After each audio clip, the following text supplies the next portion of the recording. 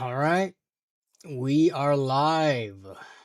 What's up, everybody? Happy Wednesday. How's everybody doing? First in the chat, we have Dispatcher Gaming. Hello, nerds on a budget. Maybe not everybody in the chat's on a budget. Maybe some people are off a budget. Maybe people got a lot of money. But what's up, Dispatcher Gaming?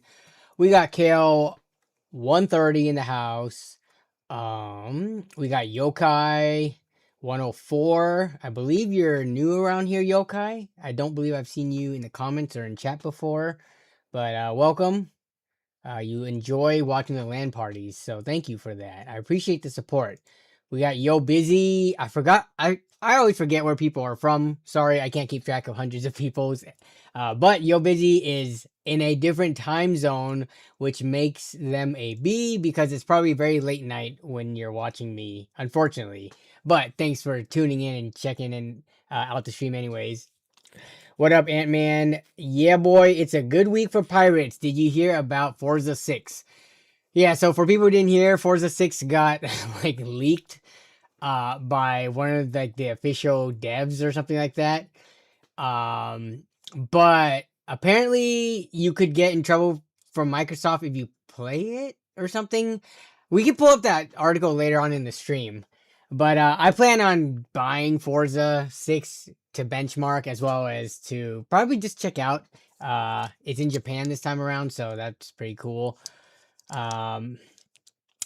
Let's see. What up, Stang? How you doing? Hope you and the family are doing well.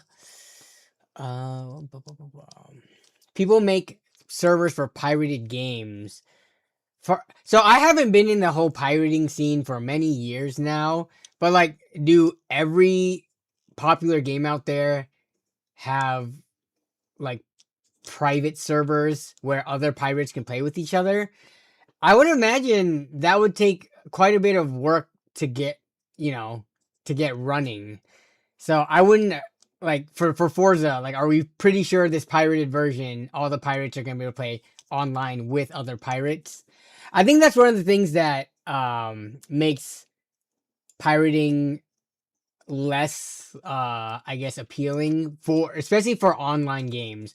Since I can remember, there's only been like a handful of games I remember from way many years ago where that they were piratable and they had online matchmaking with the official servers. I think one of them was the Unreal Tournament 3, and this was like in the mid 2000s. But for the most part, pirated games typically you don't get the patches at the same time. So if you have different versions, you're definitely not going to be able to play online with official servers and stuff. But even if you did have the same version, just the way that the programming with that works, pirated games, because they have to like check for to see if you have an authentic license or a key or whatever, you can't log in online. But yeah, the whole Forza thing, I guess people can check it out early, but be careful if you do. Look into what Microsoft is doing if they catch you pirating. Yeah, he forgot to encrypt it before putting it on Steam is what the story is. Yeah, that's what I remember reading. One guy streamed Forza 6 on YouTube with mods and got banned for 8,000 years, lol. What is this ban? Did they get banned from YouTube for streaming something that they weren't supposed to? Because YouTube could do that too. If you stream quote unquote illegal content, like I think streaming private servers either on Twitch or YouTube or something for like MMORPGs like WoW and stuff like that, I think that's against terms of service, and you can get like a temp ban. But this 8,000 years, is that like from all Microsoft games or something?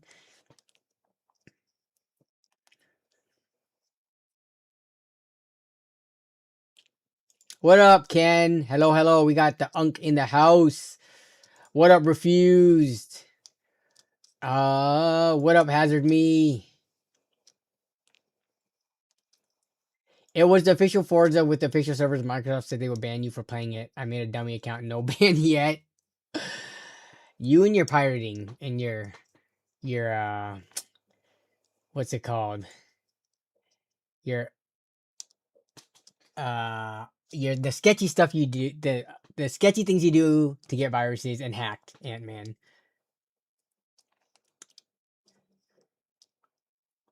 What up, HDZ? What up, OB Art? Am homeless and then crying, laughing emoji. That's not something to laugh about. KL130 says, yeah, I've seen a few videos and headlines about the 8,000 year ban. Literally until 999, the year 999, long after they and we are all dust. But what do you guys think is going to happen with the internet? Even like 50, 100 years from now, do you think this, like my channel, YouTube itself, all the videos on YouTube, this stream, potentially, you guys right here showing up on the sidebar of the chat, do you think people will have access to this in even 50 to 100 years? 1,000 years? Yeah, I don't know if like humans are still going to be around, at least on Earth, with the internet that we know of. AI is gonna kill us all and wipe any like trace of our existence.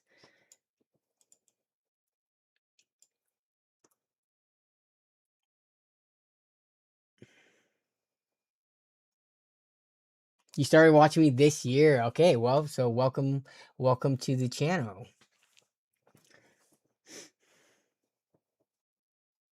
Oh, I did not. Why did I always forget to put out a Discord announcement every single week? Everyone.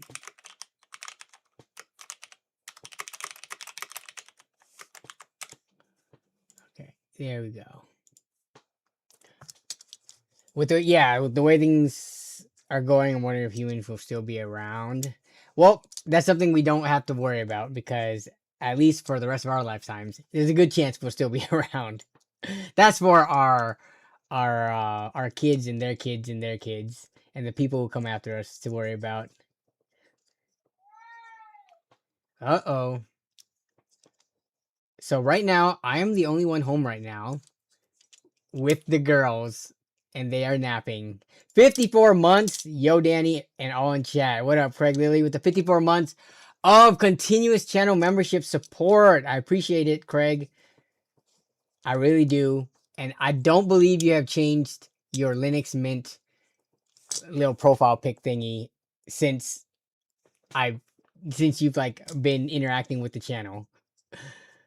Oh, HDZ got his Steam controller, loving it, and the fact that it Wilhelm screams when you drop it. Nice Easter egg Steam. Let me see if I can find that. Wilhelm Steam controller. Apparently the new Steam, well, wrong one. We'll take a look at that in a second. Okay, here we go. So 22 hours ago this was posted.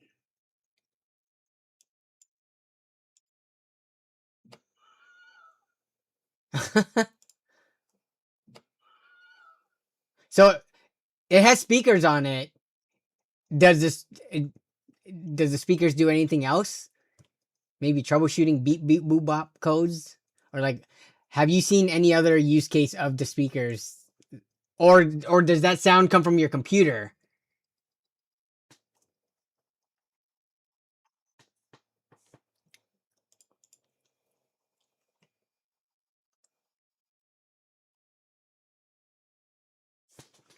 Avery and Derek are doomed. I was on Linus channel and I saw you build a computer. It was maybe an Ultimate. That was last August. At least that's when I don't remember when the video went live, but I was there in there on campus in August. So we're coming up on a year since I did that collab with Linus, which is kind of crazy. But thanks for stopping by. I appreciate it. I am home alone. Melissa, she's catching up with a cold worker who doesn't live here anymore. So, but backup is on the way. It's just, traffic and stuff like that. The girls are napping though, so hopefully they can stay napping until backup gets here. Otherwise, we're gonna hang out with the girls for a little bit. Yes, I do remember. You're the one who asked for a free PC in like the worst way possible. Chat, can you remind, or does anyone know what happens when you ask for a free PC? Yes, you can ping the control. Oh, it makes an alarm sound, so you can ping it, but only if you left it on, right? Or does it have like a very low power mode that's always connected so that it'll also ping when you turn it quote unquote off? Like a super low power draw mode, except for when it gets the signal to make noises. I'm trying to think. I've misplaced my controller multiple times before, so that is actually a very cool design. Yeah, that's actually really cool.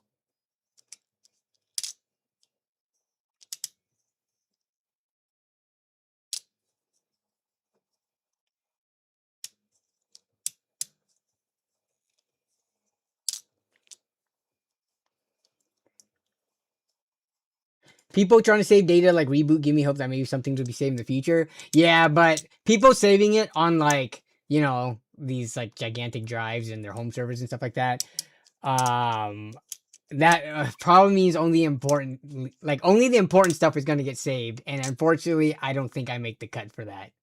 I'm too small fish of a YouTube channel and of you know a person online to be saved in these archives. Bigger channels like MKBHD and Linus Tech Tips and Gamers Nexus and all those, their stuff is probably going to be saved and archived by people, but probably not my stuff.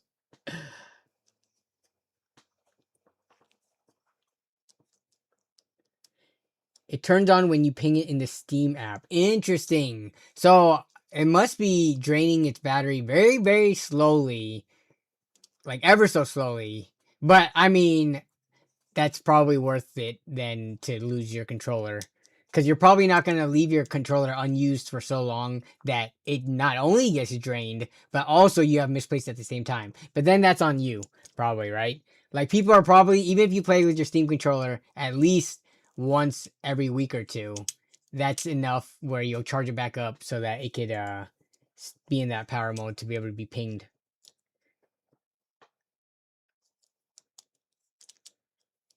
How do you use the X2 Super Strike? What is the X2 Super Strike? Is that a controller? Oh no, it's a mouse. I have not. No.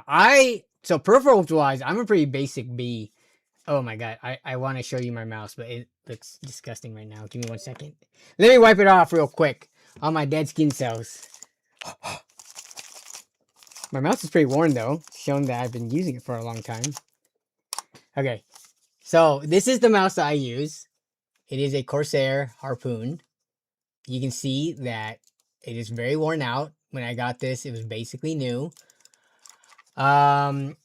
It's a pretty, budget-oriented mouse. I like it because it can be used in both 2.4G and Bluetooth wireless mode and be plugged in for wired mode. So there's like 3 modes of connection. It's pretty, it's a comfortable mouse. Pretty standard otherwise. I think these are typically like $30 or something. But yeah, I'm pretty basic when it comes to peripherals. Man, I keep on pulling stuff up in the wrong window. Give me 1 second. I keep on pulling it up in my personal browser with all my secret information in it.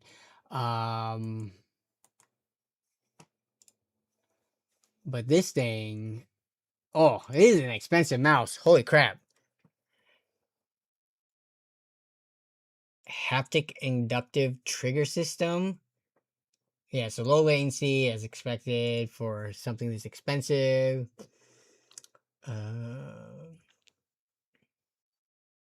90-hour battery life. Okay. I have not used this, and I probably never will. There's way too many peripherals out there, and I do not hop around and test. If anything, I would probably try more keyboards than I would mice. Okay, so the way it works is no one who has ever asked for a free PC ever gets a free PC. Free PCs are not given out to people who ask. That's how that works. But you've been saving up. You got a deal on a Ryzen 5 2600 and 1660 Ti for $270 USD. A Ryzen 5 2600 probably is worth like 50 bucks, 40, 50 bucks. And a 1660 Ti is probably worth like 120, 100, maybe 120 plus or minus some.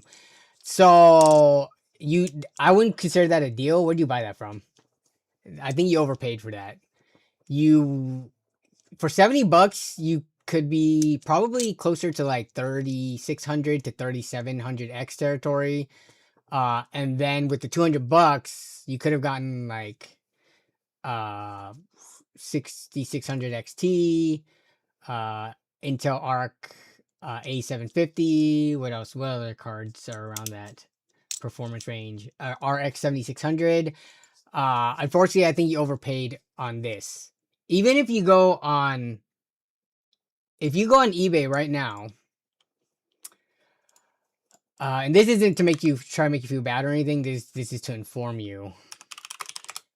Like, always check eBay for what things are going for, because the 1660 Ti, you can buy one right now for like 100 bucks. Like right now, buy it out. And then you can buy a Ryzen 2600 for 40 bucks. Yeah, so I was right. It's like 40, 50 bucks.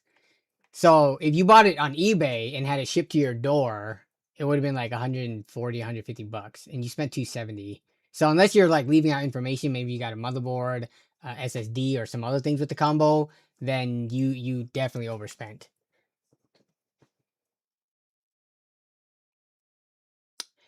Do I like Call of Duties? Nah, I've not been a fan of Call of Duties. I've actually gone the opposite. It's not even like I'm neutral about Call of Duty. The way that they have made the menus in Call of Duty now, and the way that you download it on Steam, and then you actually download again the game, it's like I hate Call of Duty now, actually. Like, I used to benchmark Call of Duty. Now I just refuse to. Not only are the game sizes ridiculously too big, the Call of Duty menu is just garbage. It's just such hot garbage. And it feels like they're pumping out the same game every single year. So no. At least I don't like modern Call of Duty. I'm a fan of the old school, like, Call of Duty 4 Modern Warfare, or Modern Warfare, when they did the HD. What is it called? Man, words are not coming to me today. They made the graphics look better, which was many years ago by this point.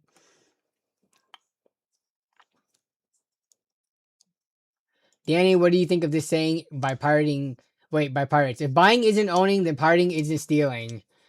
I get the sentiment, but I don't completely agree with it.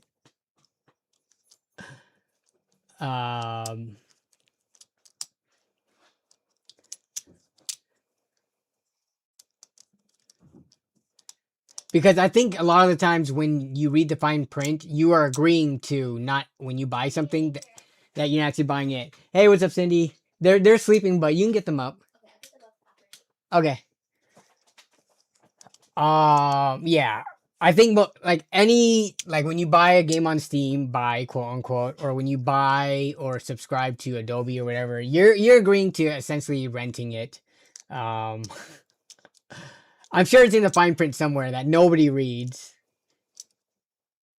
Yo, I heard you like portable screen, so I put a portable screen in your portable screen so you can have a portable screen. This thing is pretty ridiculous. We're gonna get to opening it in a second here. I'm just chilling for a little bit longer, for people to get this to stream, and then we're gonna open the ridiculousness of this. Hey, Akuma, welcome to the Nerd on a Tight Budget membership. Thanks for the support. I appreciate it.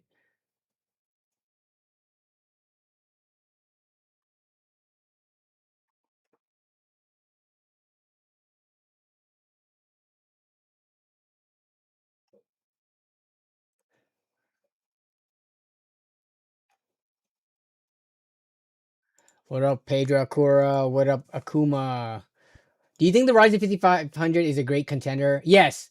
The Ryzen 5 5500, I think it's a good budget CPU. It's so easy to find and just to buy at like, what is it, $70 on Amazon or something? People are going to complain that it has like, oh, it's limited by the PCIe generation. That's not a huge problem so long as you don't pick a complete garbage graphics card. But as long as you're picking up something that isn't like completely restricted by the PCIe lanes, then I think it's fine.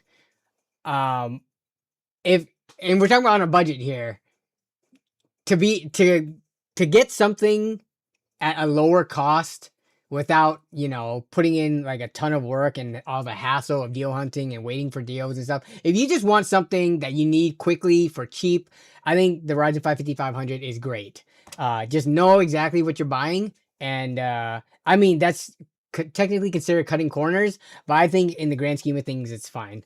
I think in the PC tech space, people tend to be too much of like know-it-alls and too elitist and stuff like that, where they'll look at this and just because like Gamers Nexus made a video where it's saying like, oh, here we tested an extreme scenario with like a RX 6500 XT or something like that, and it performs horribly. People are gonna be like, yeah, it's a crappy CPU, without considering the fact that if you just pair it with things that work well with it, it could be great for the price. No shade of Gamers Nexus or any of the other channels that do show that kind of stuff though, because it is interesting. It's just that it is the viewer's job to take that information and to, make do with it. You know the person, so they're saving it for you. Well, you gotta give us the full details, because $270 for what you listed, even with 8 gigs of RAM and 500 gig SSD, that doesn't sound like a deal. It sounds like they might be ripping you off, unfortunately. So if you know the person, you might want to go talk to them and say, hey, look at the eBay prices. Look at the OfferUp and Facebook Marketplace local listings. You aren't even giving me like a fair price. And if you know me, you should probably be giving a slightly more of a homie hookup.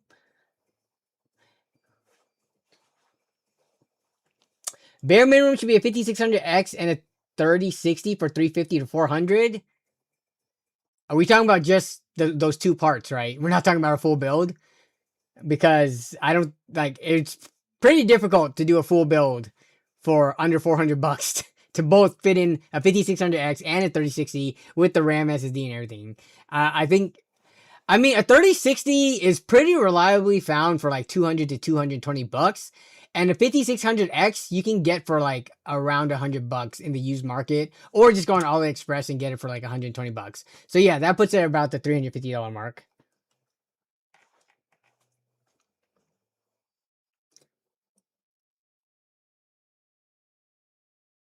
It's a whole PC. Ryzen 5 2600, 1660 Ti, 8 gigs of DDR4, which is going to be pretty limiting. 500 gig SSD, fully built, so it has motherboard, PSU case. 270, that's a really good price then, I would say.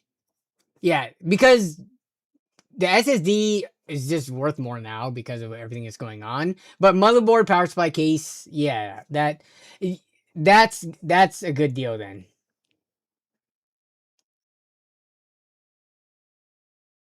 What's with all the game sales lately, especially the physical disc stores in stores like Walmart? What? Didn't we talk about this the other week? What games with physical discs are sold? All right, are we talking about non-PC games? Because if you're talking about like console games and stuff, I have no idea. But if you're talking about like PC games and their physical copies located at Walmart and Target and stuff, we just had a whole discussion about this last week. That like there's only like crappy games being sold that way nowadays.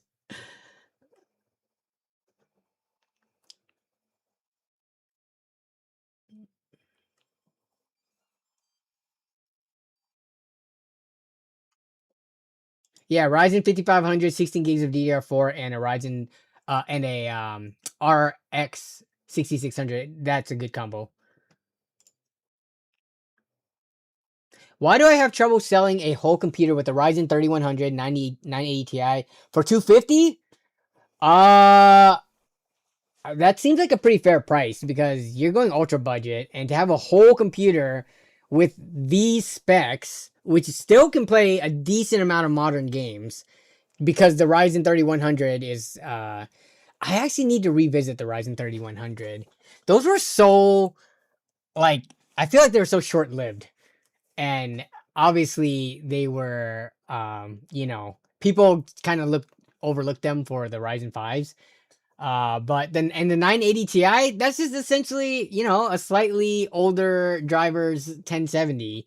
So you might be limited with regards to like DX version and some games that require specific DX compatibility, but you can still play a bunch of games that aren't super picky with the system for $200, $50. I don't know. What does it look like, Magnus? Post it on the Discord server and maybe we'll see what the your pictures or something. I don't know.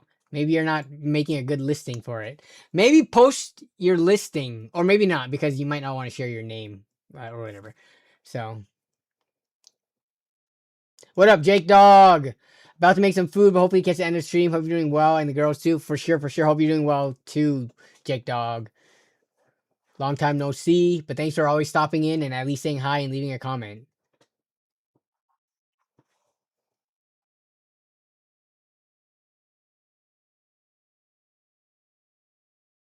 You might have gotten lucky. When it sold easily, it might have just been the timing was right, that someone happened to look for a PC build for $250 or around there, and they just saw your build was the only option and they bought it. I think it might have been luck. Like, unless you had like a line of people trying to buy that 6700K build, then I think we could chalk it up to luck.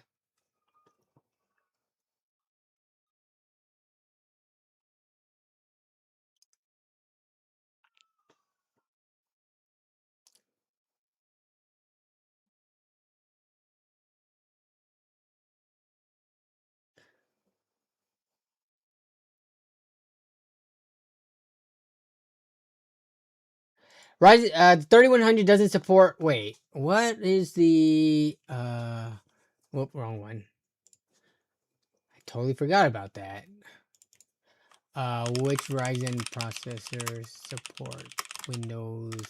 I mean, some people can say screw Windows 11, just install Linux or install Windows 10, you know, LTSC, or just do the bypass for Windows 11. So when you do that, you can still use the computer for the most part the same way, except for a handful of games that don't support it, like I showed before, like with League of Legends and stuff. Windows 11 officially supports AMD Ryzen processors from 2000 series and newer, including, wait, so what are we talking about here? Let me look at the list. You're saying 3100 does not support? Is it specifically that one? Because I would have thought that it's new enough where it would be supported. So I'm on the official Microsoft website, okay? So you're saying 3100. I think you might be mistaken. Because, yeah, 3100 seems new enough. The processors listed represented the processor models which meet the minimum floor for supported processor generations and up through the latest processor. Okay, whatever. These processors meet design principles, minimum system requirements for Windows 11. So, Sorian, I think you're mistaken. Or is this list mistaken, and did someone try to install Windows 11 with Ryzen 3100 and it didn't work? Yeah, because I would actually be surprised if it doesn't work.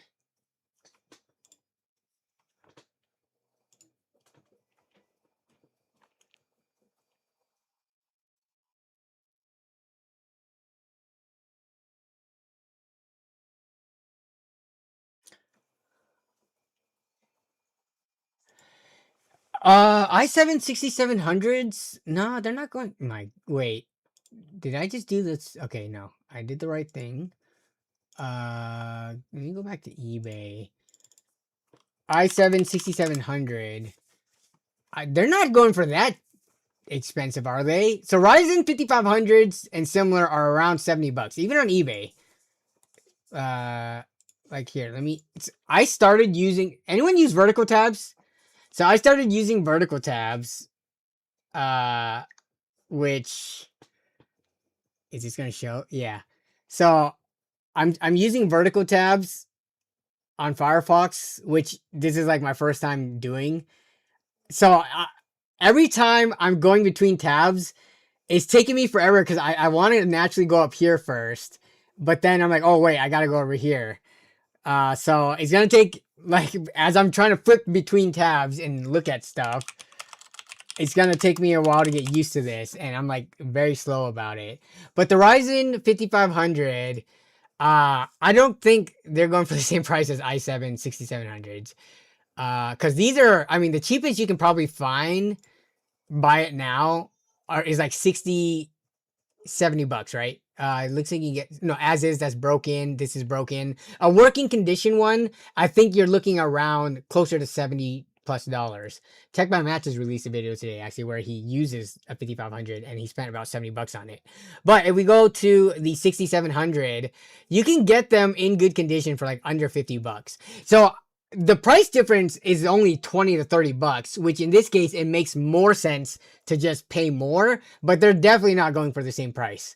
And in this case, it does make a difference because 40 to $70 is a 75% increase in price. So percentage wise, it's pretty big.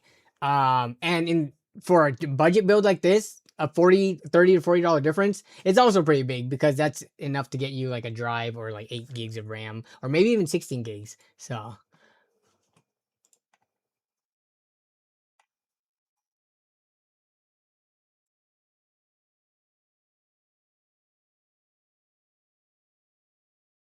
Rufus is the thing, but I think what Sorian was talking about more of is compatibility with games. Like you can't play the newest Battlefield, you can't play League of Legends if Windows 11 is supported. But we just looked it up, and Windows 11 is supported on the Ryzen 3100. So I'm curious what Sorian was talking about. Maybe they were just mistaken. They have not chimed in since. In decline, I just replaced 2 AIOs with Peerless Assassins for $400. You mean $40, right? $400. Something's going on there. What up, in decline? I do have an Intel Core i7 9700. It's getting me a headache to upgrading because of the parts here on my location. Wait, what? Why is it giving you a headache upgrading parts? A 9700 is modern enough where it shouldn't have any real issues with like compatibility or things like that.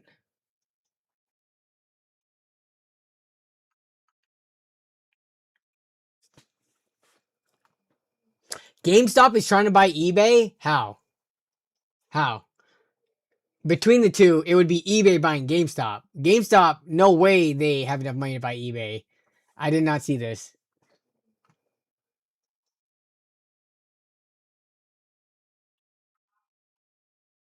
Oh, I forgot. You're the one who didn't want to do the phone number Discord thingy. Okay. Uh,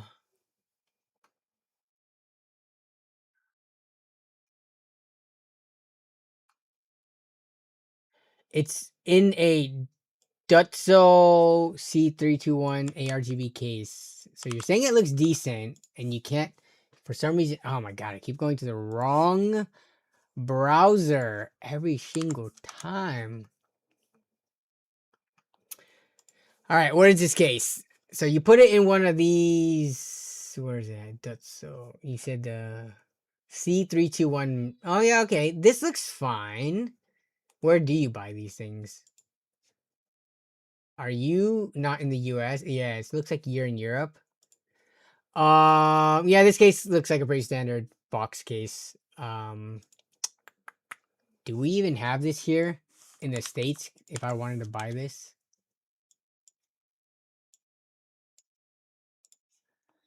Dutso cases. I do not see it in like our Amazon or yeah. So definitely not a US based brand.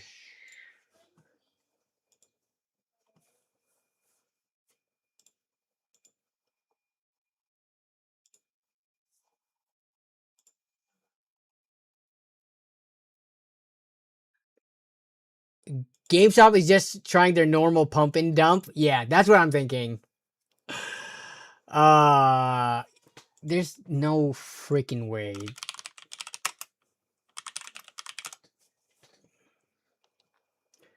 eBay has officially rejected GameStop's unsolicited approximately $55 to $56 billion takeover bid, calling for either neither credible nor attractive.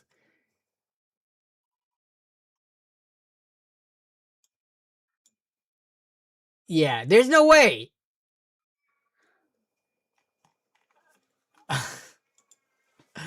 It would be the other way around, if anything. GameStop, I honestly don't know how they're still in business. Everything about their model, like anyone who talks about GameStop is usually in a memey way, right? It's like the fact that they give you pennies to the dollar on the $70 game that you bought, even if it was like a month ago. And the fact that like nobody's ever in their stores. The employees are apparently a bunch of neckbeards that are like, this is the meme. I'm not saying actual GameStop employees are neckbeards and unpleasant people. But yeah, GameStop, just overall, aside from the whole short squeeze thing, the GME stocks and stuff, aside from that, no one actually likes GameStop, unfortunately. People wanted to get rich off of the stocks back. What year was that? 2021? Whenever that was. But yeah, unfortunately, it was a pump and dump.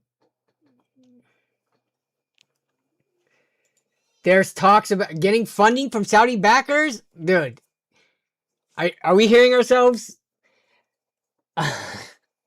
There's no way people actually believe there's any credibility or like thinks that this will actually happen, right? I at one point in time wanted GameStop to succeed, and I wanted the stocks to soar to the moon and back, but that's just not happening. They tricked a lot of people into believing that they might have, made them rich, at least their stock anyways. But I don't know, like the brick and mortar model when it comes to only selling games and weird gaming merch, it doesn't really work. Like Micro Center as a brick and mortar makes sense because people want to buy physical like computer parts and things like that. Unless GameStop actually starts selling physical PC components and more stuff like that. And like, have you guys been to a GameStop in recent years? Aside from like, them just having the covers of games on the shelves, which you have to bring to the employee to actually dig you the thing to prevent theft. It's just like a bunch of like Funko Pops and like towels from various games. And like, strategy guides are pretty cool. But yeah, GameStop, I don't know. It's a meme company, unfortunately. It's like a small little guy hitting on a giant death by snoo snoo lady, and eBay just swatted them away. I mean, dude, I would be glad to be wrong. Bring this up the next time whatever, if anything happens with it, and I would love to say I was wrong. If GameStop's able to do this, then I would have to do something pretty extreme.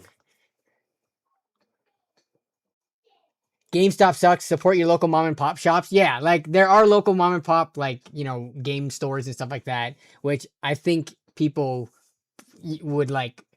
It's better to support those. Hello from Cape Town, South Africa, says Mr. Charles. Hello, hello. What time is it even there? Cape Town, Africa time. It is 2:38 a.m. What are you still doing up? You need to go to sleep. Has GameStop just fully embraced being a meme stock? What even was this movie? Wait, wasn't there supposed to be a movie on it? Did it ever hit theaters? I kind of want to watch it. Look, I'll admit it. I bought into GME, okay, during the whole thing because I thought it was going to have another squeeze. And then I followed the subreddits. And then I saw when people were posting like photos of the hedge funds freaking out about potentially being like shorted and things like that. Look, I went down that rabbit hole during that time. And that's why probably I have mixed feelings about GameStop, despite having bought an undisclosed amount of GME stock.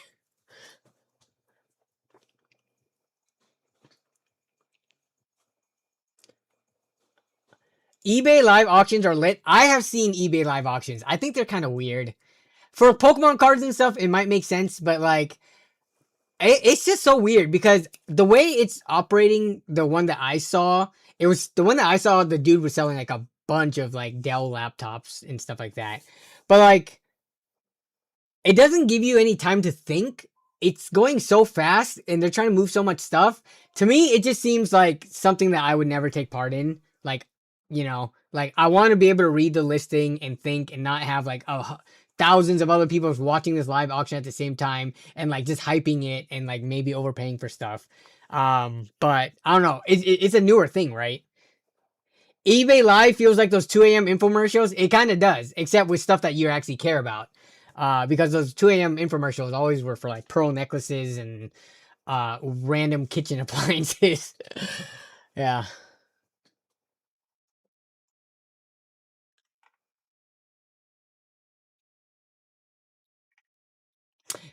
Uh, One last thing, Jimmy stock price.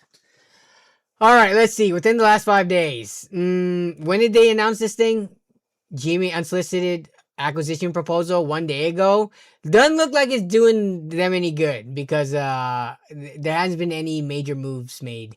Like if they're trying to do some funny business, in the news cycle. But yeah. We have not talked about the portable monitor yet. You guys keep distracting me. It's 40 minutes into the stream. Let's get to the portable monitor. Okay. I waited for you, City Twister. City Twister. Not. Is City Twister supposed to rhyme with another word that people actually twist? But yeah, I remember when they were talking about potentially pivoting GameStop to like more like a location for people to meet up for local card games like Pokemon and Magic and Yu-Gi-Oh and stuff, and then like selling it there and like buying and trading like graded cards. So eventually it seemed like they wanted to pivot towards being like a card game store, but I don't know. We'll see. We'll see. But okay, let's get to unboxing this thing and checking this out because we've talked about portable monitors, specifically the one that attaches to your laptop and stuff, a few months ago, and then this one came up, and the company actually reached out to send me it. So let me see if I can pull the other one out. My God, this thing is so freaking heavy. But as we get into it.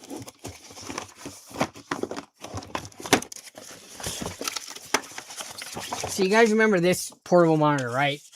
It's like, hey, if you have a laptop, let me show you it working real quick. If you have a laptop like so, let me go to, whoops, wrong angle. That doesn't work. I'm just gonna have to hold it like this. If you have a laptop and you're like, whenever I'm on the go, I hate only having one screen. What can I do about that? You could get a portable monitor, but then you got to sit it on a table or something. Well, bam! You can attach a portable monitor. I don't have it plugged in right now, but then you would essentially get yourself 2 screens, right? So then as we were looking at the Amazon listings, we came across this thing, and I don't know how it always works out where we talk about stuff and then companies reach out and be like, hey, you want to check this out? So this is the KYY X90G, and this thing is pretty freaking heavy. This, I think it's an interesting product because, actually, how many of you guys mainly compute on? I'm going to run a poll. Just, if you don't compute, then don't answer, but I'm trying to see how many laptop main computer users are there. Like, for me, I'm mainly a desktop person. I have a laptop that I use from time to time, but it's not my main thing, right? But I do know just from, the Discord server and stuff like that, I know there are quite a few people out there that actually are on laptops. And it's mostly usually like when they're students or if they're like mobile, maybe moving from like place to place and stuff like that. Laptops just make more sense for that because a desktop and peripherals and stuff is kind of a pain to lug around. But I'm gonna let you guys vote. But for the most part, huge majority desktop so far. Like I know, wait, I just saw the Smash TV network, for example. I know does a lot of laptop computing because every single week in the chat, they're talking about whichever laptop they have at that moment. So, sells standard portable monitor. Wait, what? Sells standard portable monitor is 250 USB-C powered. Oh, Dell's standard portable monitor Like for a single one, Dell. Let me look at that's expensive. Probably don't go that route because here. Let me move this in. I see Dell portable. What you said? Monitor. Yeah, this thing. Does Dell have a cheaper one? I mean, it looks like you can get it for like 200. But wow, that is expensive because we know single portable monitors can be found on Amazon for roughly $50. Like we go on here, blah, blah, blah, blah. Yeah, just put in portable monitor. They're like all over Amazon for like here's 50, 70, 43. I don't know what the cheapest one would be. Probably around $40, 43 maybe on a sale. 40, here we go. 15.6. I don't know. This one's IPS as well. So yeah, Dell, I don't know what they're smoking. Maybe it's ultra nice, but this one can be had for a pretty kind of crazy price. So I'll pull up the product sheet in a second. Let's get to unboxing this first. This thing is very heavy. I'm going to weigh this relative to how much a laptop weighs, and you're going to see how heavy and hefty this thing is. So let me move my keyboard for a second, and we're going to get to unboxing this. Okay. If that KYY portable screen doesn't smoothly slide onto your laptop, the name Chris. I don't know if everyone in chat gets that reference, but let's unbox this thing. Laptop. Cancel says they use a laptop due to college classes. Lenovo ThinkPad Gen 4 P1 and for 3D modeling and simulation software. Yeah, so when I was in college, this was many moons ago, I got into college fall of 2007, right? So we're talking about coming up on 19 years. My God. I went into college with a laptop, no desktop, just because to me, if you're going to go to college or university or whatever, and you don't live at home, like with your parents, and you live in the dorms, which I did, I think the laptop makes the most sense. So that's how I started my own computing journey outside of the family computer. It was with the laptop. And something like this, I don't think even existed. I don't even know, were there portable monitors back in 2007? So inside we do have just some instruction manuals and like warranty cards and stuff, which is cool and all. We'll take a look at that in a second. First of all, the packaging on this is pretty nice. It's got the type of box it is, as well as this compressible foam. And it should be because this thing is pretty expensive and pretty hefty. So let me pull this out to show you guys the size of it. All right. So we've got the actual unit itself, as well as a bunch of stuff, actually. It's got, I wonder if this is the drivers. I already downloaded drivers in anticipation for this, but what else would this be? So we do, I don't think there's there's no way it's like a wireless monitor, wireless download, but it's got a USB-C and USB-A head. And you know what they say about thumb drives from random Chinese companies? You can always trust them. So we'll put that to the side, but let's unbox or unwrap this. No portable monitors back then. Yeah, at least I don't remember it, or it would have been come at a crazy premium. Oh man. I think this might be heavier than the laptop itself that I'm going to use, like a standard 15.6 inch laptop. Okay. So here's the unit. Let me clear the screen. It's also nice to have a laptop as a backup in case something goes wrong. Exactly. Just having a secondary system in general is like nice to have. Okay. So to give you guys a kind of look at this, it's about here. Let me pull my laptop off to the side. This is a Lenovo Legion 5 laptop, right? Pretty standard 15.6 inch laptop. I'm going to lay this on top. The Lenovo Legion 5 is on top here. And I'm going to try to line up the edges as best as possible.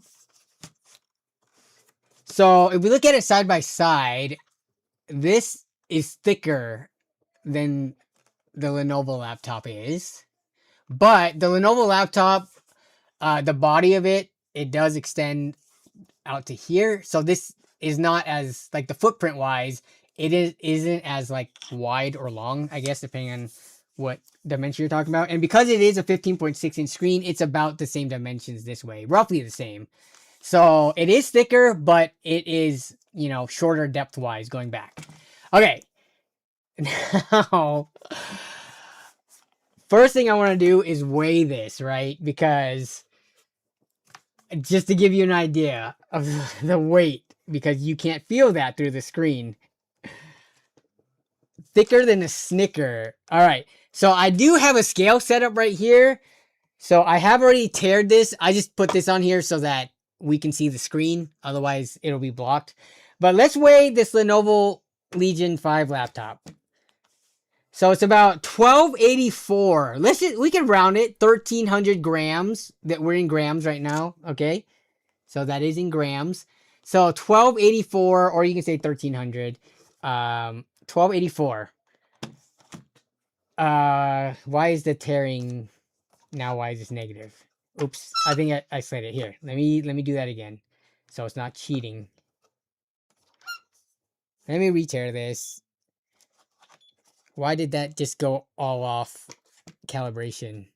What? Something is wrong here.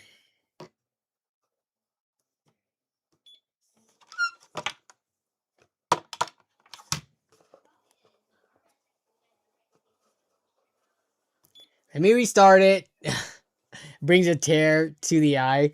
Come on, what's going on here? We good? Let me put this in as a test. Okay, that looks about right.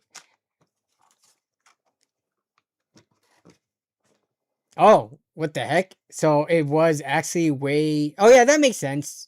A pound, 2.4. Okay, sorry. Yeah, the gram conversion got totally screwed up in my head. This makes more sense. Because it's closer to a pound. We can change the units to... What the...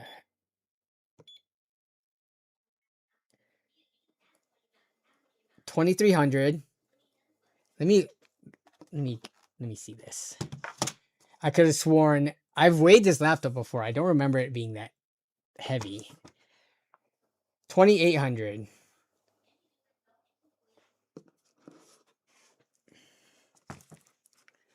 You need 6 gigahertz. I do need it. It's actually not too bad now, Chris.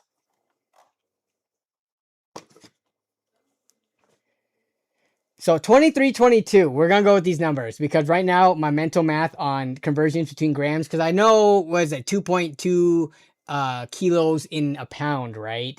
So this is no 2.2 pounds in a kilo. Sorry. See, I had the conversion backwards. That's what screwed me up.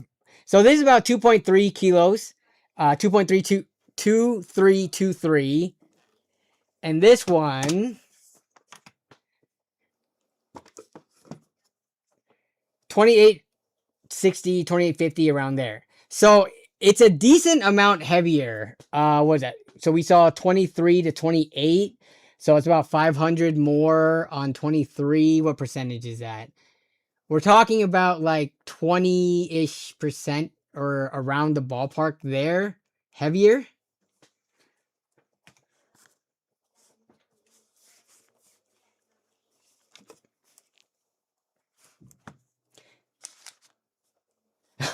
$5.1, 5.2 kilograms, 6.2 pounds, 6.3 pounds. Yeah, so 28 here. We'll show the conversion. 2860 gram to pounds. That's 6.3 pounds. Does that seem heavy to you guys? Or does that seem totally normal? All right, so let's flip this open. And I think it's got screens all over it, so I'm going to try my best. This is not going to fit. This is not going to fit in the frame. Okay. So interesting thing about this. I'm going to have to hold it way over here. I gotta hold it like way out here for you guys to see the entire thing. This is okay. Sorry. Let me collect myself here. This is what this thing looks like next to me. Just holding it up so that the entire thing fits in the screen. So the cool thing about this is to power this on. Oh man, hopefully I do not drop this. To power this and get the display signal, it only takes one cable. Normally, when you have a monitor for it, depending on if you use USB-C, that would be one monitor. But if you didn't use USB-C and you use like mini HDMI, you would do that for the display, and then you would need a separate USB cable. So it would be 2 cables per monitor, kind of like your normal displays, right? Like you need one for power, one for display. This, with a driver, can operate all 3 of these monitors, and they can be operated independently so that they're not all mirroring each other with a single USB Type-C cable. The only thing is, holy crap, I did not think this would be this ridiculously big, but it makes sense because you're essentially, these are each 15.6 inch IPS monitors side by side. So when you have your laptop in here, it's 3 1920 by 1080p or 3 15.6 side by side displays. Let me get this set up. So I know what you're thinking. If you attach this to your laptop, isn't this gonna rip the hinges off of it? This doesn't attach to the laptop like the other one I showed. This one must sit on a desk. So let me get it set up right now. Let me get it. Oh boy, I'm about to drop this. Let me get the angle right. So we're gonna set this up like so. So you've got your feet on the back. Not your foot, but your stand. So it's got this big stand that you could, get at whatever angle. So you gotta set this up first. And then you place the laptop in front of it. I gotta clear up so much space. Oh my god, there's so much. Let me get this standing up first, and then I'll show you guys.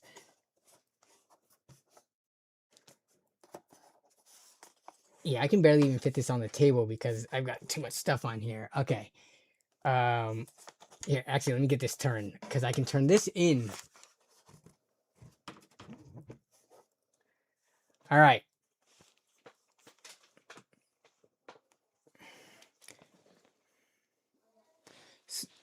So it sits on the table like so, and then you place your laptop right in between. So you definitely can't use it with larger laptops.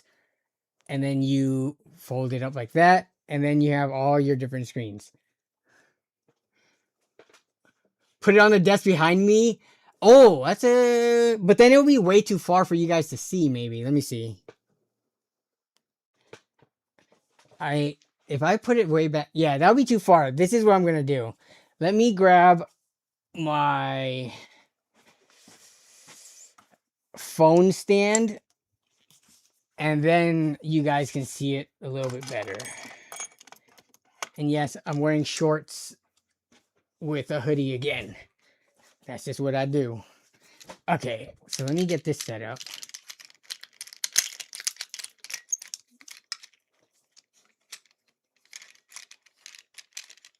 Okay, what is going on here? Give me 1 second.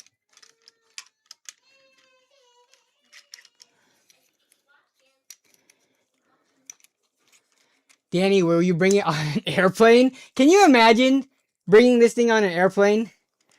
And the person you're sitting next to, you put the little lunch tray or the little tray down, and you're just like, oh, I'm just going to watch a movie real quick or do whatever you do here.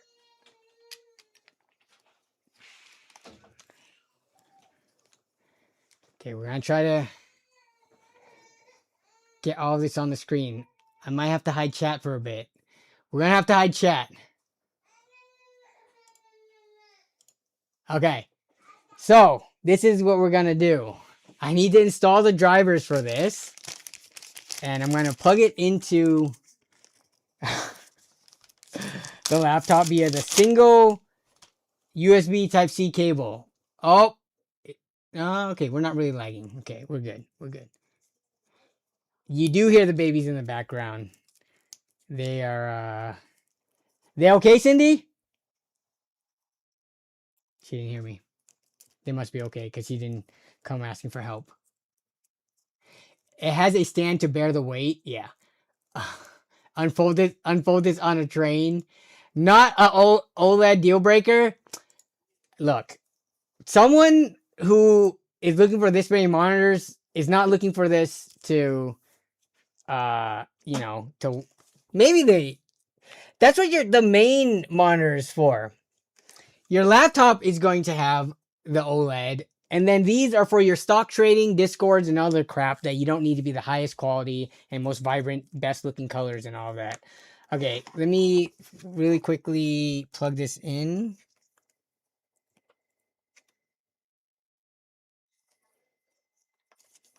Okay, so we've got this, and then I just gotta plug it into the side.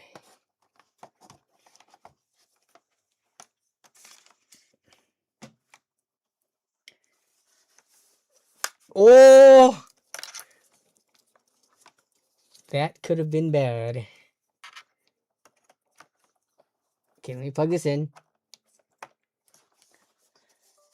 All right, boom. Okay, they all just turned on.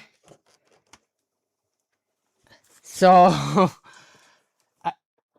I need to grab the drivers. So this doesn't just work as is. You have to install drivers. So it's not like a standard monitor where when you plug it in, it just works and you get a display. So let me show you real quick. Oh, wait, what are we doing here? Oh, browser scene. Let me hide the... Boom. So let me show you here. I'm still here. The website for this... The drivers, I don't know. Talking like when I was talking about the thumb drive. So you have to get drivers for this to work, or it might just work. Hey, it just auto got the drivers for me. Okay, I take that back. It just got the drivers without me installing anything. It must have detected, and you know, Windows does that sometimes when it detects the device and it just kind of goes online and looks for it. Okay, I will say I am impressed, and this is the reason why.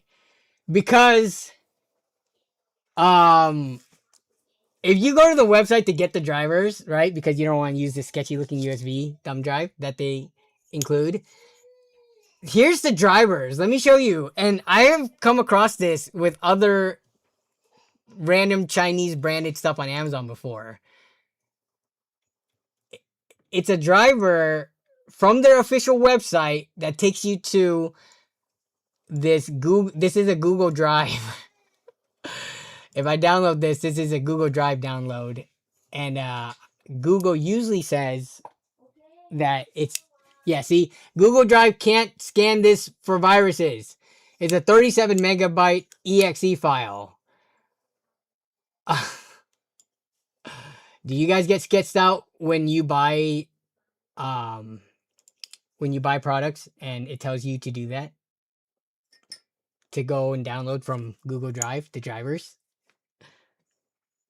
You can plug this into your phone. Ooh, maybe I should try that. Though, if I plug it in, I need to get the Android drivers, which I don't know. The fact that this auto got the drivers from through Windows, I'm actually pretty impressed, and I'm kind of happy that it did, so that I don't personally have to do it. Okay. It's gonna be hard for you guys to see. Let me bring the phone in a little closer. The angles also doesn't help. Where's all the buttons? Oh, okay. So the menu, there is a menu right here, which you can't see because it's so freaking dark here. Let me turn on a light.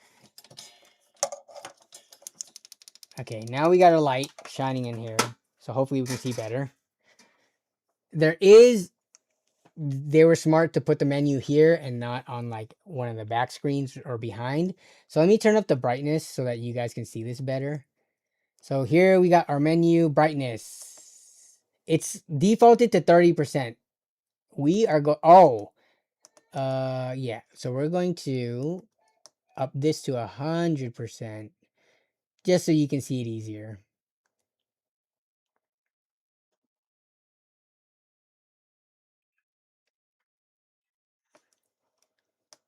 And then you can do your black levels, contrast, and all that kind of stuff. Can I hit back? So your colors, you can set the temperature, the eco mode, change the hue, saturation. But pretty standard specs. 1080p, you can factory reset it, 60 hertz monitor. Okay, so everything else, I think we're good. So now I can turn off this light and it should be better. So wait, let me make sure none of these, let me bring up the display. The display settings. So in Windows, we do have it is duplicating. Let me make it not duplicate. Yeah. Extend desktop on 1 and 2. So now we should be good, and we have 4 different monitors in the Windows settings. Okay, you guys see that, right? We got 4 different monitors. Let me identify. So 1, 2, 3, and 4. So let me orient them the correct way. 1, 2 is over here, 3 is on top, and 4 is on the right. Let me do this.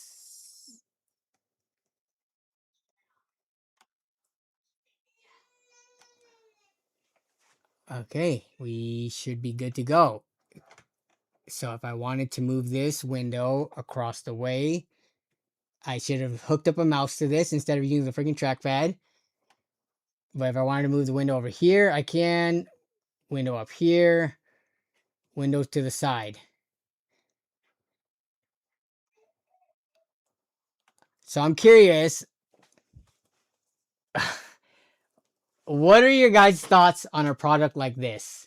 And what would be the max use case that you would have for a external monitor for a laptop? How many do you think you would need max? So this would actually be pretty useful. I think this would be useful like if I did not have a desktop, because you guys know I run 3 monitors, right? Like here's my personal setup. I got 1, 2, and 3. So this is just one more on top of that, but I could easily fill up, especially since if this was just my setup as opposed to, you know, this 3 stack, it wouldn't take up that much space side to side, maybe a little bit more than it does right now. But I'm a person where if I have the monitors, I will fill them up. Which for this one I do fill up because I got like my OBS stuff here, and then I got all my, you know, the windows that we're looking at here, and down here is where I do the media stuff, like, and the controls for like the camera. But I could also probably put a video or something down here if I wanted to, just to play in the background. But I have music playing right now, so I can always fill up monitors if you give them to me. So I think this I would be able to fill up if I use this as my main daily driver. Streaming influencers and stockbrokers would love, yeah, stockbrokers and like day traders, crypto bros. I think they would love it. And then yeah, for streaming, like I just showed, like OBS on a window, chat on a window. Because right now, you guys probably saw like my chat is on the same window as my browser is.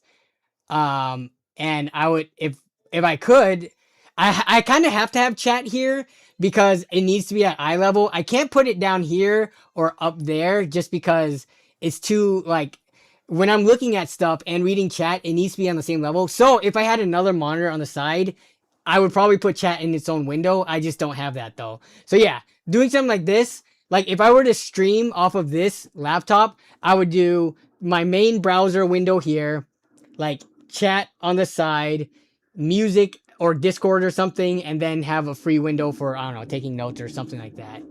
Ooh, that airplane is very loud. Can you hear that?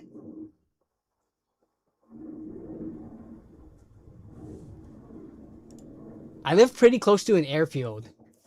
Like I live right next to an airport, essentially. So, but man, that one was really loud. They were flying pretty low. Can you connect a portable monitor to the top portable monitor and get 7 screens? No, no, no. So what you have to have for this to work, I believe, is a USB Type C PD port, or not PD, like display port alt. Sorry, DP alt. So the USB-C, I think the USB-C port that you use, I think has to be able to run a display out of it. You can't just, so you can't use this with like older motherboards and older PCs and stuff like that. With actually on a single cable, let me actually take a look at this. Where's this one?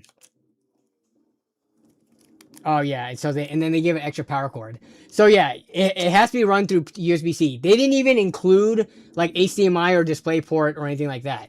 This monitor, you have to use USB-C. So that kind of rules out older systems. RuneScape bot farm. Oh yeah, like if you're a WoW gold farmer, something like this would be pretty useful.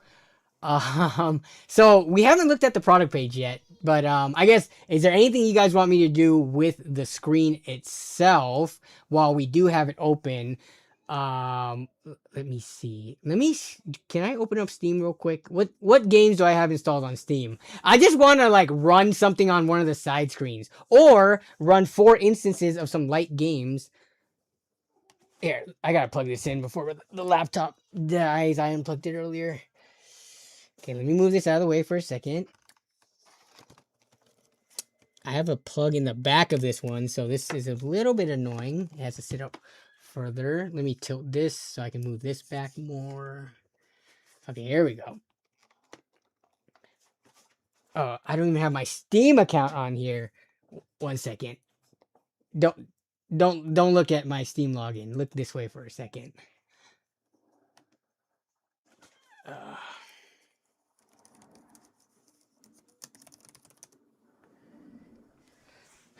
I gotta allow Steam to authenticate.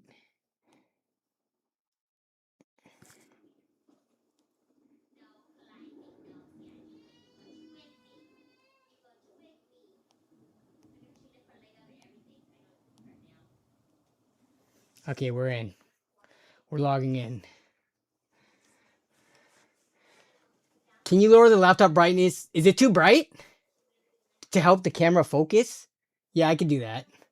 Yeah. Let me do it a little bit. Oh wait, which screen can you, the laptop brightness, not those. Yeah. Where's function? Okay. That should help, hopefully. I don't know what games I have installed on here. So if you wanted to run this, what was the resolution? 5120 ultra wide gaming. Wait, is that how 1080? Wait, 1920 times 3. Is that how the math works? Yeah. No. That's not how the math works, is it?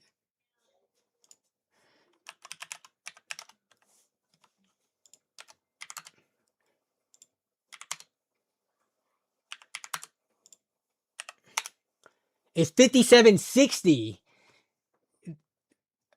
Oh, come on. Why is it lagging all of a sudden? Let me retry this.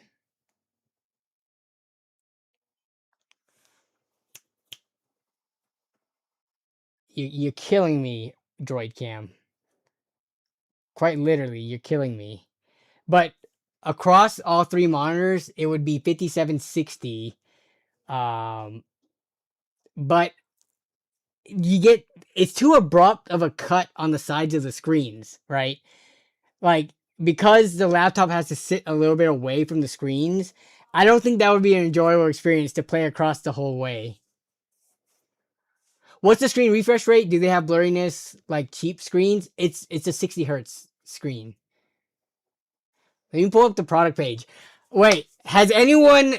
I hope you guys haven't looked up this product page yet, because this is a very specialty niche product. But before looking it up, try to guess. Or how much would you pay for something like this? Like, what would be the max amount of money you would pay for a 3-screen setup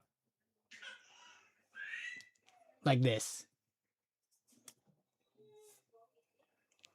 Okay, don't look it up, because I'm just curious. Because you might get some sticker shock. 200, 250 to 300, says Akuma. Eddie 73 says 200. Those screens are killing your cam bandwidth. What? The screens aren't even... Well, now we're kind of good. Yeah, what the heck? For whatever reason, my Droid Cam is cutting in and out. But if I really needed it, 200. Hydrate. Thank you, Eddie, for the reminder.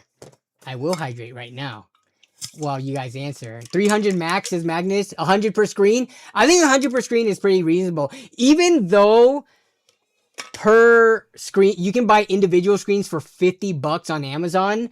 The fact that it's all run through one cable, I think it does justify a premium price on each of the, individual screens here. So each of these screens are worth more than a individual portable monitor that we normally see.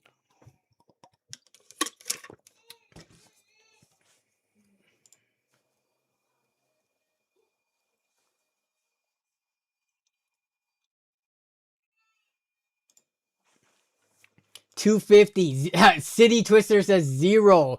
400 says Hinball. Okay, let's take a look. So, I actually showed it earlier. Don't freak out yet. So this is listed on their website for $699.99. $700, which is about as much as like budget laptops cost, like budget gaming laptops at least, with more entry-level graphics cards. They start around $700, $800. This is just for the monitors itself, but they are on Amazon for under $500. Now, whoa, wow, hard no. The one cable. So I would say 700 is pretty ridiculous. 500, I think, I mean, a lot of these have sold. 300 in the past month. At least a lot, considering this is such a niche premium product, right? A premium price product. With pretty good reception, at least from the Amazon ratings. By the way, I'm not sponsored by them. I'm not saying good or bad things about them. We're just unboxing the product, checking it out, and talking about it. So I'm not trying to sell anything here. I think this is a very interesting product that has its niche use cases. But for the most part, I think they might be one of the only products of its kind on Amazon. So with that, you can kind of command a higher price, right? 500 would sell for business user who can write this off. Exactly. This isn't for someone who's like a broke college student or even a fresh out of college person with a new career. Like, this has a very niche use case. I don't think this is for gaming at all. You probably could use it for gaming if you're doing things like Chinese gold farming in WoW or RuneScape botting or something like people mentioned earlier. But I don't think that's the primary audience. Like, if you look at this. Look at how happy this guy is to be working in Photoshop while pulling a browser on the side, not using the top screen, and then, using what in this example is using with the Mac. But so this does work with Mac OS, Windows, Linux, and Android. But auto sensing top screen, 360 so when you can flip and put it on the back and mirror the screen. Okay, this is pretty cool. So this top screen, so I can't show it right now because I don't have space on my desk. Actually, I can show it. Screw it. We're just gonna pick it up. So let's check out this auto sensing feature. I'm gonna try to lift this thing without it unplugging or without it completely falling apart. But if I don't know, I'm trying to think of a use case where you're working across from someone, or if you're, let's just say you're like an accountant or like, you know, a tax accountant or something, and you're working on someone's tax files, and you got all these screens up with all this stuff, and you're like, hey, I want to show you something. It says auto sensing. Am I going to break this? No, I'm not going to. It feels like it's really stiff. That's why. So if you flip this backwards, it auto senses and flips it. Now, you could have this mirroring this screen, and now whatever you're doing on this side, you know, computing and stuff, blah, blah, blah, blah, blah, it would also show on this side in the correct orientation. That's pretty cool that they thought of that. Now, damn well better have thought of that, because this thing is $500. But now I'm going to flip it back over, and it fixed itself in the orientation. So there you have it. I think that's actually pretty cool. There's probably a lot of different use cases that you can think of, or, you know, that people can come up with for that. But it is one of the advertised use cases. Let's go back to the product page. So let's see. So you got that guy so here's the specs of the screen. So 400 nits in brightness, 80% sRGB. So not the most accurate when it comes to color in the sRGB space, at least. So it does support HDR, IPS panel, S grade. Yeah, whatever that means. It is all metal body, which is why it's so freaking heavy. And, so yeah, that was the rotation that we just talked about. It's that sharing mode is what they call it. Multitask. What is this? Extend mode makes sense. What is this multitask mode where you're having everything mirrored to the same image? 1 through 3 custom screen modes. Okay. And then you could technically use this in a vertical display. You just lose out on the other displays. But you can just fold this all up and only have one of the displays showing something. So, yeah. Fancy Dungeon Master tabletop screen. That's actually a pretty good use case of it. I don't know how many Dungeons and Dragon groups out there are running high-tech enough where they would invest in a $500 3-screen display like this, but I could see it for like the ones that do, like the streamers. There are Dungeons and Dragons streamers and stuff like that, to up their production quality. I could see it. Yeah. Good layouts for podcasts. Yeah, that too. Like if you have like a podcast where you have multiple people sitting around, even some facing each other, and you're sharing stuff. Yeah. It's good for portability and presentations. The portability thing is, it's heavy and you can't actually connect it to the laptop, but you can bring it with you. And the fact that it doesn't need like a wall brick and it just powers off the USB-C and gets all 3 displays, I think that's pretty impressive. I think it's a super cool but niche product, but I don't like the customer base for it. Like, how many of you would actually consider this at, you know, the $480 price point? Are there any power users out there, any day traders where buying this would be like nothing because you make so much in a given day trading anyways, right? I'm not sure if that's the core of my community, but I'm going to try to think of cool stuff that I can do with this. I wish, actually, if I can incorporate this into my setup to gain 3 extra monitors from 1 USB Type-C port, which I do have a spare one with DisplayPort out, then I would totally use it. But it's just kind of weird to have a blank space in the middle because I wouldn't use it with a laptop. So I would just use it as is, like this. So I wish this had the ability to, like, you know those sliding tile games as a kid? Remember the sliding tiles toy? Where is it? Yeah, these things. Remember these toys? Do these even exist anymore? Where like you have to try to rearrange it to get a picture or something. There's like one open slot and you just, yeah, these. I wish this screen could do that where I could slide one of the side screen to the center, because then it wouldn't have a awkward, weird gap like that. But the positioning of this is pretty fixed. It can only be on the top and sides with the middle blank and empty, which is like totally only to use for with a laptop, not really meant to be used with a desktop. The fact that it's all or nothing when it comes to single cable is kind of lame. It would be cool to be able to plug in another device to the displays. Would be great for a Pi. That's actually a good point. If they added more ports and the customizability to do multiple devices. Okay, someone mentioned Android plug into my phone. I'm actually very curious to do that. Actually, I do have a spare phone on the side right here. Let me see if I can do that. Let's see how this works with the phone. So I'm gonna close this real quick. Let's see if Android just auto detects it. Here, I'm gonna change this so that you guys can see. Okay, so I got the phone here, and I'm going to plug it in and see if it auto does anything. Oh my god, my stupid case on this phone is not letting it.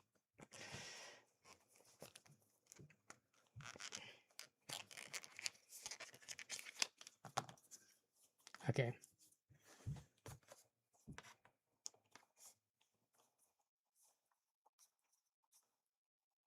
Okay, it's getting the power from the phone. This would be crazy if it somehow auto-detected. I think it got the power from the phone. Yeah, it did. But how am I supposed to install the drivers for this thing? I'm probably gonna have to go to the Google Drive for it, get the APK or whatever. Let me see if I can do that. I'll switch back to this scene while we await that. Android phone gotta support display link or DPL. Oh, I don't know if this one does. Does the OnePlus 12? Let me see. OnePlus 12 DP Alt. OnePlus 12 does support. Okay, so well, let's plug it in, and you guys can just see it from this angle. Here, I'll turn this screen so that you can see it. Oh, and then it starts tilting forward. Oh no. Yeah, I can move the laptop now, and we can tilt this, or we can actually just do this. Here we go. All right, now if you see that screen turn on when I plug in my phone, then that will mean that it worked. All right, so we're gonna plug it in. But I might oh man, this does not play well with cases. The USB-C connector is not long enough. All right. It's plugging. It's freaking out real quick. It's flickering. Not sure if it's liking my phone.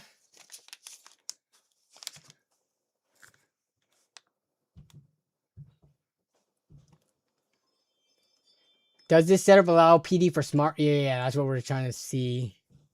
I mean, if you're working in an office, why wouldn't you just get 3 nice monitors for $500? Portability.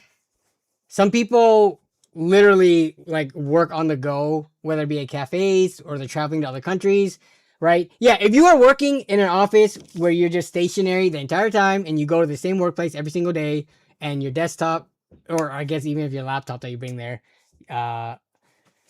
doesn't move around, then yeah, you would get your like pretty decent monitors, separate ones, for the same price or even less. But this is specifically for laptops and on the go, which again makes it very niche, but not so niche that it doesn't have like good reviews and a lot of positive ratings on Amazon. Okay, so Chris said to get the display link has a driver thing on the Play Store. Okay, let's see. Let's see if we can get that to work. Display link presenter.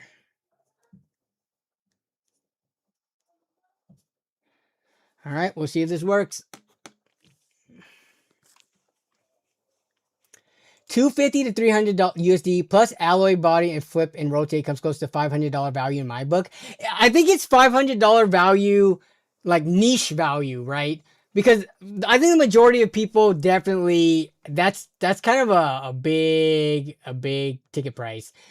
Though while that installs, they do, it's crazy how much one extra monitor adds. It's kind of like TVs in a way, right?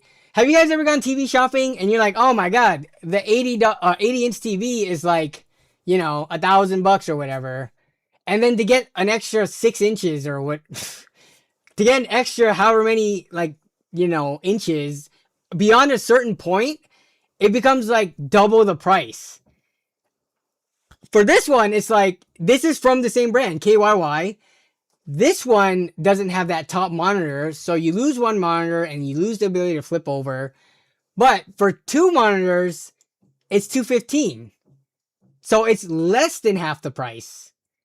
And you're only losing a third of the monitors. And I think to a lot of people, 3 monitors on a laptop setup is plenty. Also, this one does not. Yeah, this one's the same thing. It stands. So it doesn't clip onto the laptop. It's not going to break your hinge or anything like that. It's just the scaling is a little interesting. Whereas, like you guys said, some of you would be willing to pay, you know, up to $350 for this. At $215 for 2 extra monitors, you would think the 3 monitor version would not be more than like $400. So this option is actually pretty interesting. And there's actually a lot of different brands that carry this capacity of monitors. 6 inches is very beneficial. A dual setup for $220 is very good value. Yeah. Do the monitors get their power off a single USB cable? They do. All the power, all the display off a single USB cable, which is a big selling point in my opinion. It does come with a power brick just in case, I guess, if your USB port is not strong enough. It does come with the brick and power cable, but I just showed it running with the laptop with a single cable. All right, let's see if this thing works. Display apps ready for you to connect your display link device. Well, let's see if this works. If not, I could try to. Come on. I might need to give it power. This might need power because it is hooked up to a phone. It's blinking. So let me plug this in. Can I reach a thing here? Okay. Gonna have to go under the table. Feeding it power might be the play. If not, I might have to get the drivers.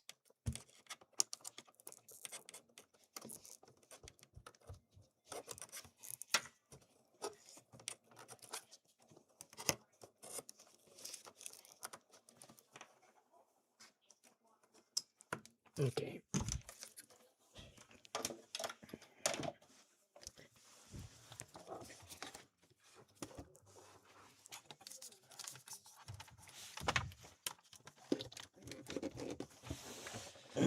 All right. We got power.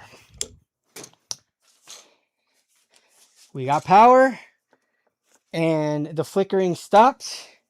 But we don't got the drivers, and I think it's the drivers that's doing it. So I'm gonna have to go and get this sketch Google Drive. Let's see, KYY X. Let me get this real quick. $215 is honestly great value at that point. You could still do the flip monitor display to someone else too. Power brick might be needed with the phone use. Yeah. Is that a 20-watt charger? I did not look at what the brick rating was. Let me get the drivers for this. Driver download. Okay, X90G for Android. For Android 8 and above. Oh man, am I about to just install the sketchiest thing on my phone right now? This, it is an APK. Yeah. Bam. Can you guys read that? Is this going to focus so that you can actually read? Why does every webcam I get, it starts autofocusing really great at the beginning? There we go. So I got to download this file. Is an APK Android, whatever the heck that stands for. 10 megabyte file from Google Drive from their official website might be harmful. But to be fair, I did do a virus scan of the Windows equivalent EXE and nothing came up. So I might have to nuke my phone if I get a malware or a virus on here. It's a sacrifice we're willing to make. Exactly. It's for the content. It's to answer the questions for the stream. How does this work on the phone? That would be so funny. Okay, allow from the source. Got it. Install. Come on. Come on. Okay. Okay. Connect. Entire screen. Cast. Allow. We did it. What the heck is this?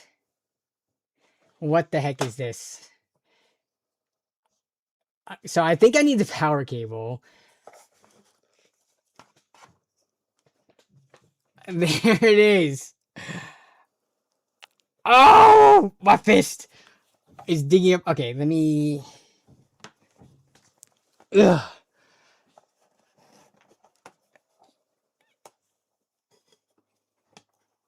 What is the point of this? Let me see if I can get. What is the point of this? Let me see if I can get. Oh, okay. Display status. Yep. Can I? You do not need to start the application, man. Okay. Left, center, right. Okay.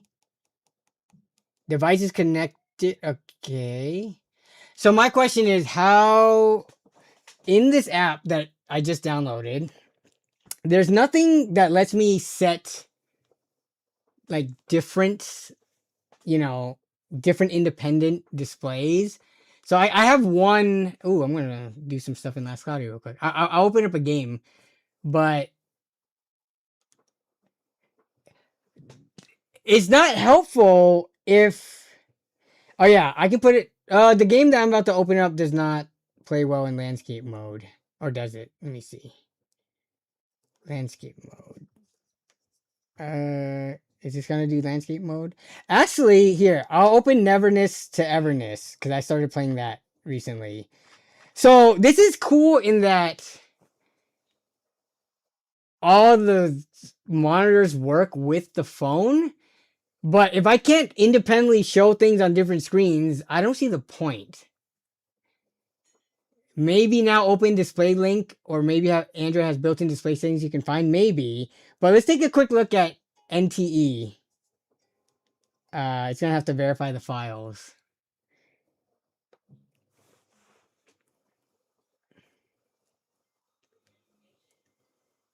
Does anyone know what the name of the APK is? Just go to their website. So look up KYY and in the downloads here while this is doing that. So if you go to the website, and then you go to driver downloads for Androids, you click on this. I guess it'll pull up SMI Instant View. Oh, it didn't take me to the Google.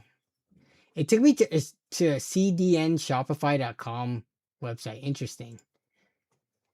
So the Windows install was from a Google Drive, and this is from a Shopify, I guess, repository. But okay, we in game.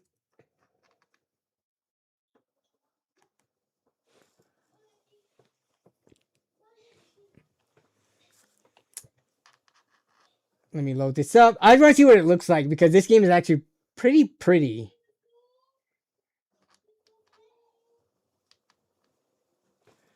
Come on.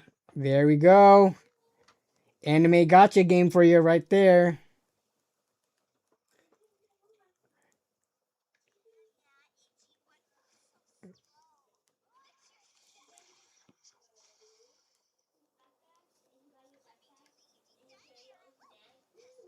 Okay, so this works.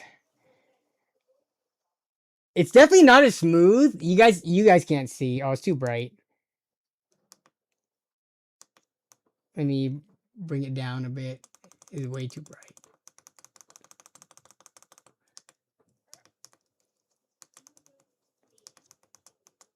Yeah, the Android connected to, well, I guess it's 60, it might be 60 hertz in my phone. It's just higher refresh rate. So it looks way better on my phone than it does on these screens. But yeah, okay. So you were saying now check out Display Link and see if it can do anything. This app is ready for you to connect your Display Link device. You don't use plug and play, okay? If you need a Display Link product to use with this app, visit Display Link shop. Okay. Uh-oh.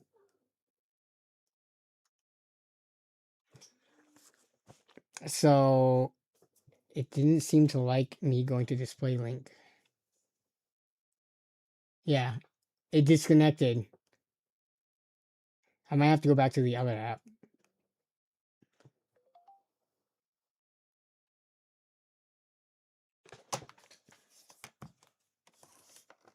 I don't think I unplugged anything.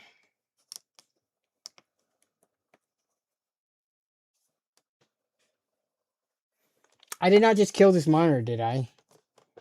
Hopefully not. Let me unplug my phone. Okay, nope, it's still on. Okay. Yeah, I don't know if it's gonna, if I'm gonna be able to get independent things on the screen. Let me see if I can get it back on. Okay, open SMI. So I gotta cast the entire screen. Yeah. In the Android side of things, I can only cast the entire screen. So that's back up and running.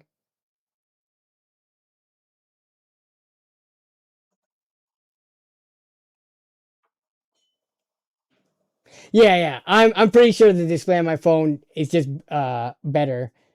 But that's kind of to be expected on a, I don't know how much this phone cost when it first came out, but a lot more. And this one, they can only fit so much into 3 screens at that price even. So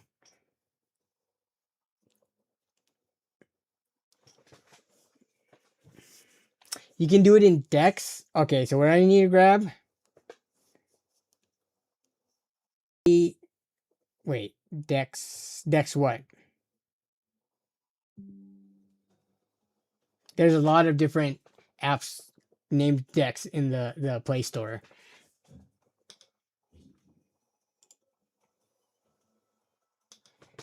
Yeah, the display settings in Android, I don't believe there's display. Display brightness, display size. Okay, let's look at display size. Nope, that's just like how big the font and icons are. Full screen display. Nope. Always on. So in the display settings, I'm not seeing anything to be able to, with the external device, separate it. Oh, you have to have a Samsung phone? No, I do not have a Samsung phone. I have a OnePlus. Okay, so that's not gonna happen. Well, okay, yeah, that's why I have no idea. I've never owned a Samsung device. Um, like a Samsung smartphone, or tablet either. Yeah, never have I ever. Where did my case go? I need my case. I am a person who uses a phone case because I drop my phone all the freaking time. But yeah, there you have. Oh, this cable's too short. Let me try to plug into my. Let me try to plug into my main desktop PC. Let me move everything off of this small window. I just want to see. Can I put all of you guys on? Oh, this cable's too short. Why are all the USB cables so freaking short?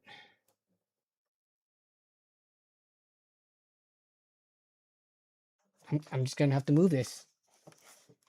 We're gonna move this in front of my monitors. I just want to see my PC hooked up to this thing.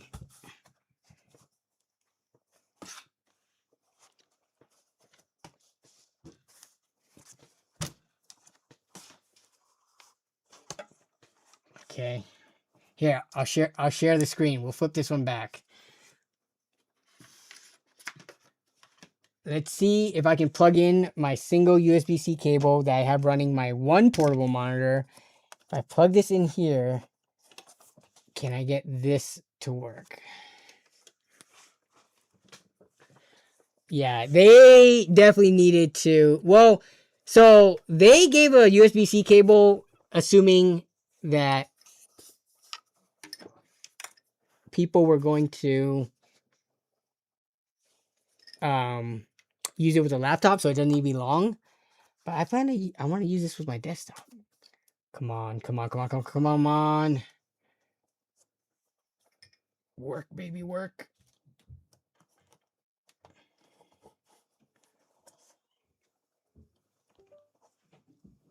I hear something. It works. Oh my god, it works. Okay, just to show you guys, let me figure this out real quick. So this is what we're looking at right now. So we got all those, and then, so my desktop did come on. I think it's all being mirrored though. Let's take a look at the display settings in Windows. If I can find my mouse. Give me 1 second. Oh my goodness. Where are these? I can't find my, so here's my cursor. Okay. So let's go to display settings real quick. So plugging that in, so I'm at 5 monitors now. Let me identify. So this is what? 4. That was 4, 3, and 5. So 3, 4, 5. Okay, so 3, 4, and 5. Something like this. This is kind of what it's looking like right now. Okay, we're going to hit apply. And now we can bring stuff up there, down, across over here, way over here. This is a totally, and then this goes here, as you can kind of see. So it does work off of a single plug that's so bent right now because I only have a right angle cable going into it. But for my main rig, it works. Oh no. What the hell? Sorry guys. There it is. Apologies. Let me redo that. I had the Droid Cam turned off. So yeah, we can go. Now you can see. That's what it looks like.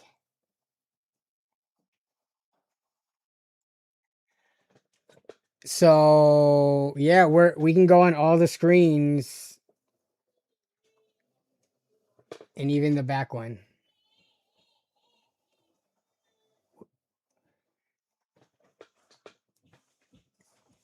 Okay, that stands good. Let me tilt this up. Yeah, so it's all here, which is kind of nuts. I've never run 5 displays at one time before. Oh crap. Yeah, there we go. Because those are on the sides. Yeah. And again, so there's that one cable that's totally being bent because I only have a right angle cable. So the power is not plugged in. It's not needed. It's all powered through USB and the display coming through USB-C. So pretty cool. Pretty niche. I think most people, if they were interested in this with their laptop, most people would be okay with just having the 2 monitors on the side. The top one is a little bit overkill, and for double the price, I think that's a hard sell. I think for the 2 side ones, like you guys said, I think that one is a much more reasonable price. And it adds a lot of utility for laptop users out there to have 2 extra screens on the side, powered and outputting a display through one single cable. I think it's very convenient. All right, I'm gonna power this off now, and I'm gonna plug my monitor back in.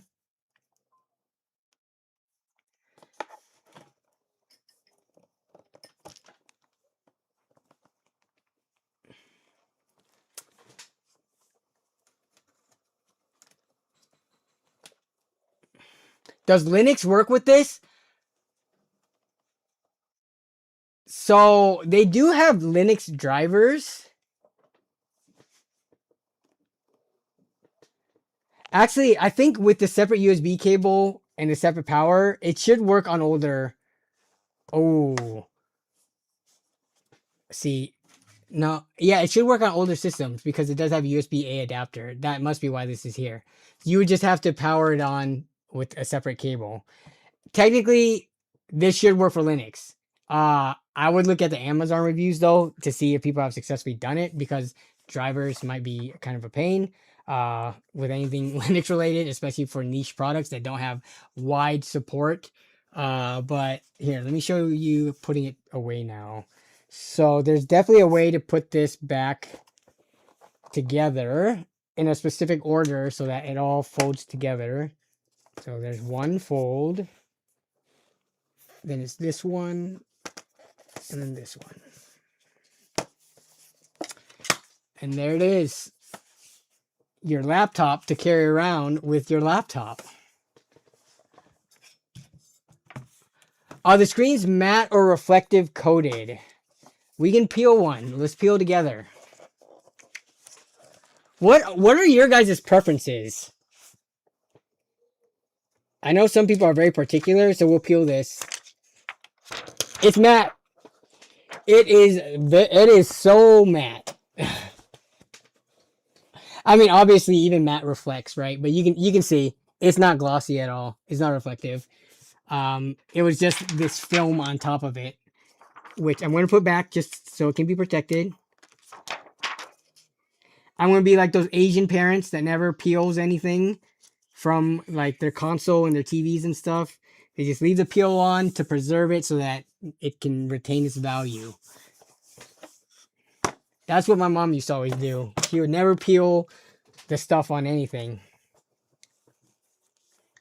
Depending on the tech used, for IPS, I prefer matte. For OLED, I prefer glossy. Yeah. I think that makes sense. For OLED, just those vibrant colors and glossy just looks so good. Danny will end up with one Hulk arm after this. That thing is heavy. It is a crazy way to add a bunch of displays to the computer. Now, let's take a look at the competitor, though. Let's take a look on Amazon and see what. So, 3 extra display portable monitor. So, if we were to try to even look for a competitive product.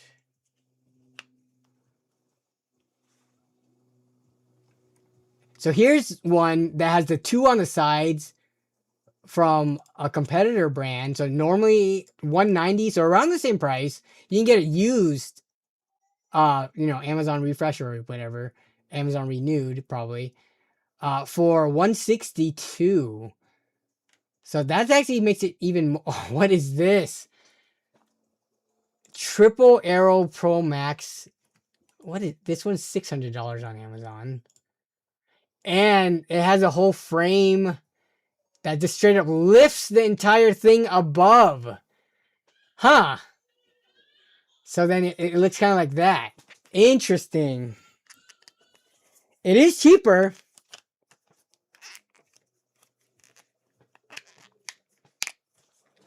It is cheaper. Do you guys prefer this form factor? I'm saying, do you guys prefer as if anyone would, like buy this realistically for $600? If you could though, let's just say you could get one for free. You could get either this one for free or the one from KYY. Which form factor do you like better? The floating all 3 displays or the one where the laptop sits there behind it? Because this one you can't really change it. Yeah, you couldn't make this one like the other one if you wanted to because the hinges are all side by side. Water reminder, thank you.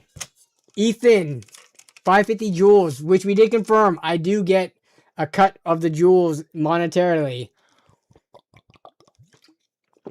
Thank you for the water reminder. Do I need to look up at 3 screens?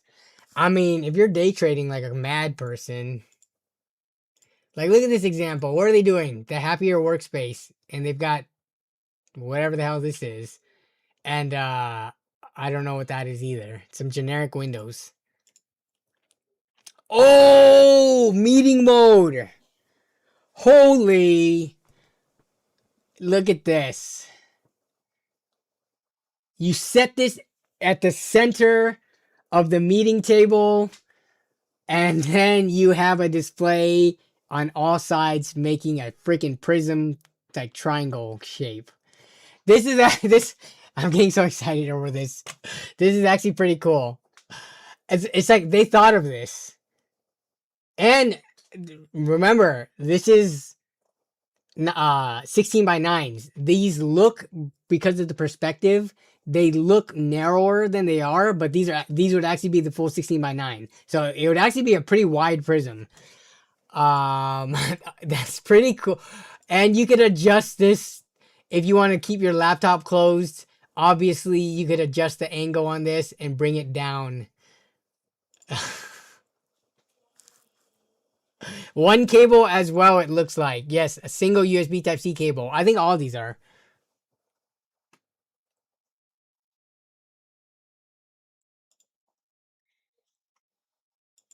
I don't own an OLED. I own actually, technically, I do own an OLED. And the monitor I'm using right now is mini LED for me to do most of the stuff on. But I don't do content on monitors. Or I have in the past, and I think I have one coming up. But I typically don't do monitor content. Just because it's way too much. And it's really hard to test monitors accurately.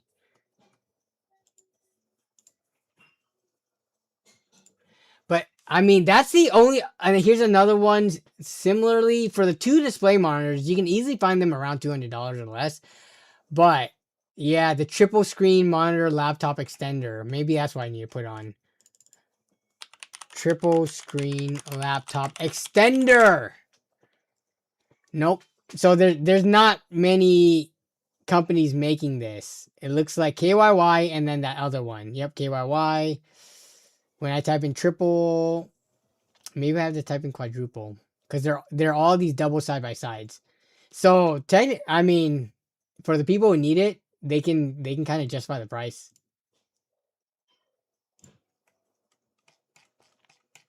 I'm gonna put quadruple because that might help it come up. Quadruple screen extender laptop, and it's still the only one that comes up. These two, and then you get to the more results. Oh, here's one from Fopo. Here's a brand called Fopo. But they're all $500, $550, $480.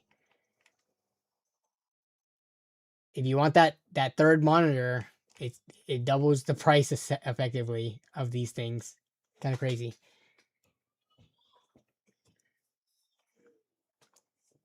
Looks like we need standardized hinges. What's the future of the one you have in front of you? Are you going to travel with it? You mean this one? Or what's the future of this one? I honestly don't even know. The KYY reached out and said, "Hey, do you want to check this out?" And I said, "Sure, I could unbox it on stream, share it with my viewers, just kind of like have a discussion around it." Dude, this thing is heavy. And we haven't really been traveling that much recently because we have the girls and it's really hard to travel with babies. We do have a trip coming up at the end of summer. Our first trip, like flying on an airplane with the girls. And already, I don't even think I'm bringing a laptop. To pack for a trip with a baby, because now you have to bring car seat, you have to bring stroller, you have to bring, bottles, diapers, all the baby stuff you need. But then for twins, I can't even imagine having room to carry a laptop. So the only way I would ever think about carrying something like this with me is if I was doing a solo trip without the rest of the family. And it was like a business trip where I would bring a laptop and this. But even then, I don't know. Like, This, even though it's meant to be portable, because of the heft and the weight, I feel like I would only want to use this for a permanent desk setup, and I would just bring a single, extendable monitor on a business trip if I needed a second screen. Like something like this is much lighter weight, and like, yeah, this thing is made out of plastic. It's only one extra screen. It's much more manageable, and size-wise, thickness. Yeah, this thing, it's so heavy that they give you a handle in the back. They give you a nice, solid, sturdy handle that you can carry this by. And yeah, this is like 6 pounds. Heavy. Time to buy a private jet like Magnus. Yeah. Hey, what's up, Chromatic Dragon? What about those big tube CRT TV monitors for modern gaming, or trying out those new NBA? I think the issue, okay, NVIDIA Pulsar displays. It's a 2026 display technology offering up to 4 times better motion clarity. Yeah. I mean,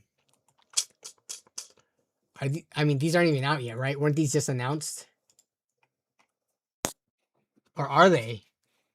Oh no, they are. $600 for a 27-inch 1440p. We're not even talking about 4K. $600 for. It is 360 hertz, supposedly 1 millisecond, but it never truly is 1 millisecond. Yeah, 1440p. This is pretty pricey. But with regards to CRTs, I would actually love to play with CRTs again. There's just no way to get them like reliably for. Actually, let me check on Amazon. There's no way CRTs are still being sold on Amazon, right? There's no way. This is IPS. Yeah, so this isn't even a true CRT.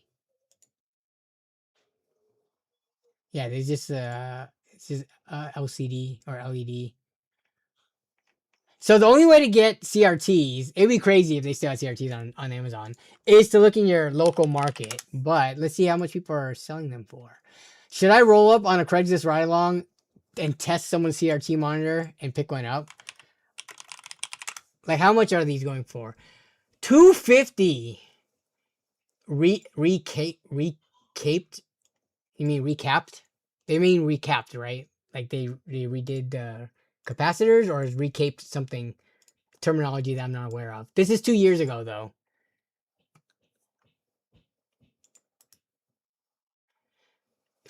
Yeah, see, there's nothing.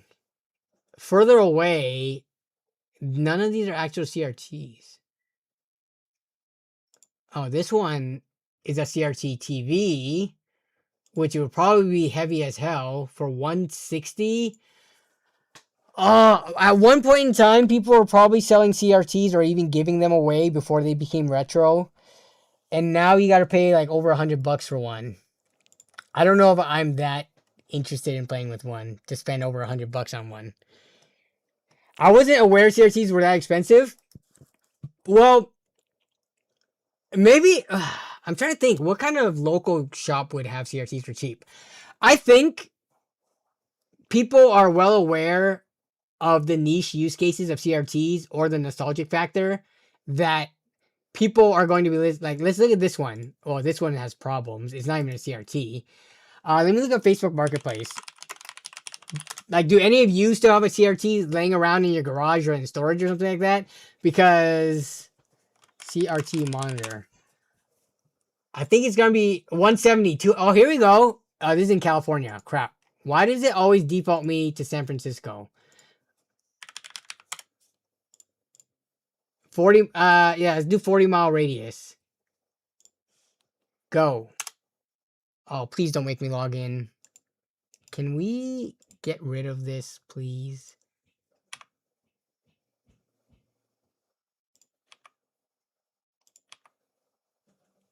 Okay. Apply. Here we go. Uh-oh.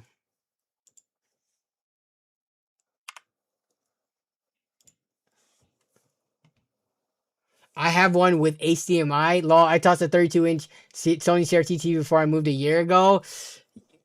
You could have gotten a decent amount for them. Even around me, this is so far. Tumwater far, Arlington far, Port Townsend far. Bellingham is like 2 hours away. Yeah. This is a LCD monitor. There's no CRTs even around me, even at a ridiculous price. It's become kind of a rare thing. Oh, Seattle. Wait. No. Go back. Can we please stop with this, Facebook? I do not want to log in. Like, at all.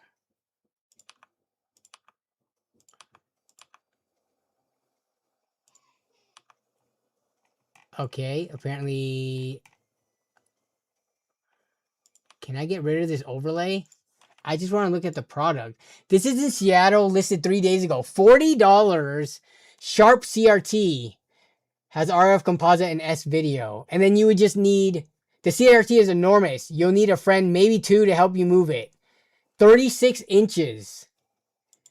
36 inches on a TV, like a normal TV, sounds...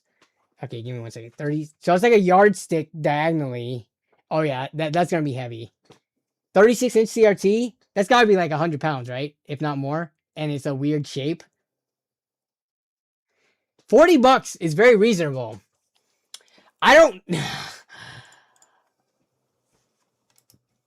Can Facebook stop being stupid, please?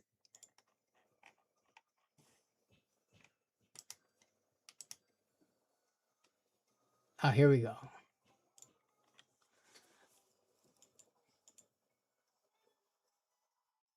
A 1 yard monitor? Exactly. Oh, look at that.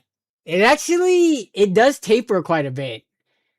I was imagining it was going to have straighter taper lines, but I mean, this does help to reduce down some of the weight a little bit, so that it's not like a straight wedge. Huh. $40?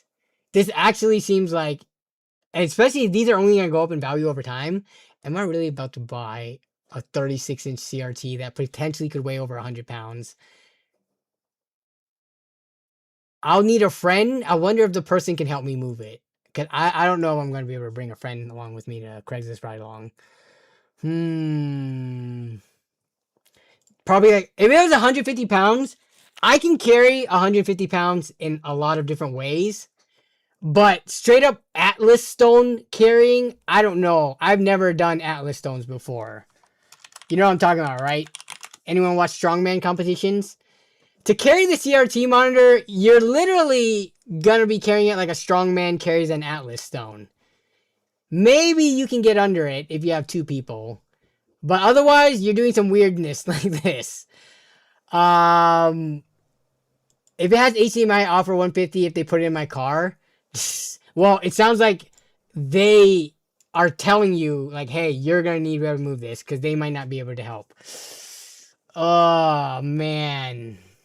Because this is actually a pretty good deal. I don't know if there's any other ones on here. Go away, Facebook. Stop making me sign in. You're annoying. You're so annoying.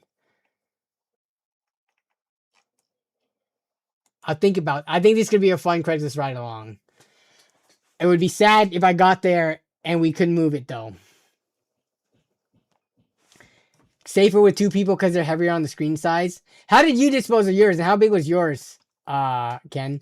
My Sony CRT was, how much is 68 centimeters? So divide that by 2.54 to get to inches. So that's like 20-something inches. That's a great deal. Yeah, I remember I think we had a TV just like this growing up, and I had a S video to composite adapter that I would use to hook up to our home computer way back when, so that I could like watch stuff from my PC on our living room TV. Man.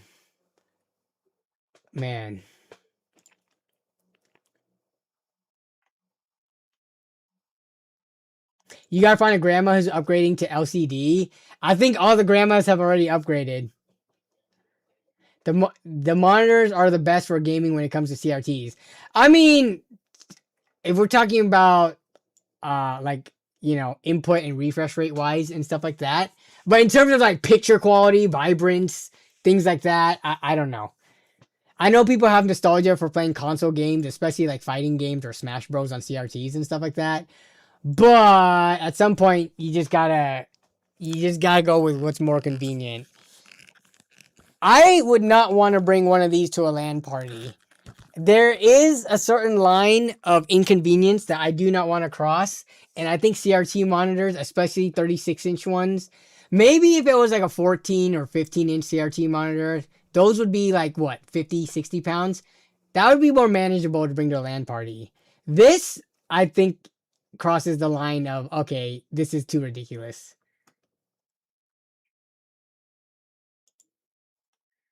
Danny with an Atlas ball. Good content. Chat, go get it for Danny lol. Yeah. My old TV had VGA. I don't remember having VGA connectors on the TV.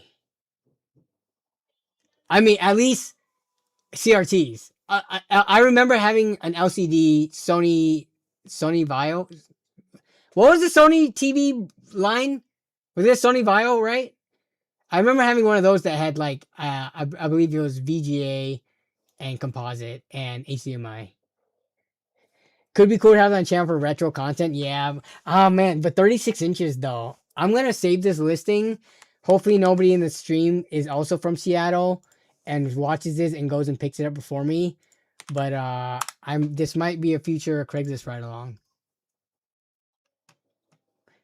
Oh, was this Sony Bravia? Oh yeah, Sony Vio was our laptop, right? Yeah, you're right. I think it was wait, where did it go?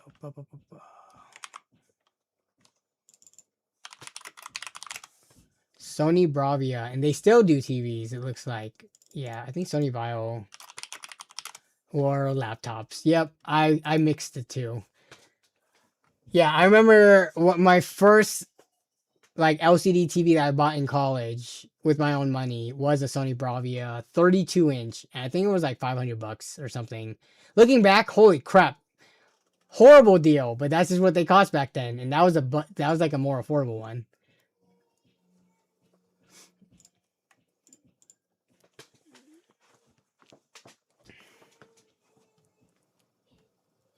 I could feel. Remember degaussing it?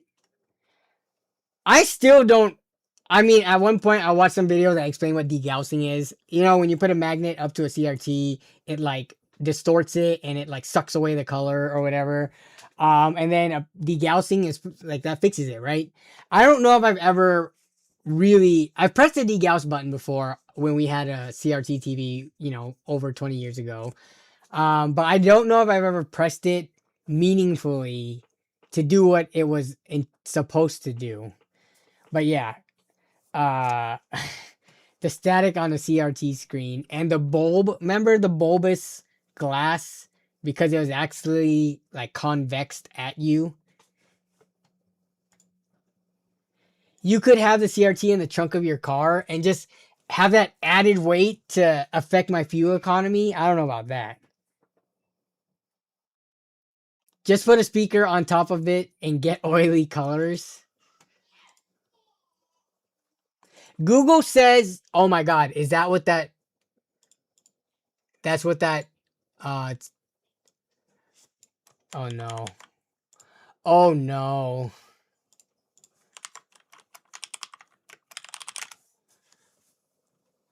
The Sharp 36U S50, not 550, but it is a Sharp. Let me see if I can find this next model.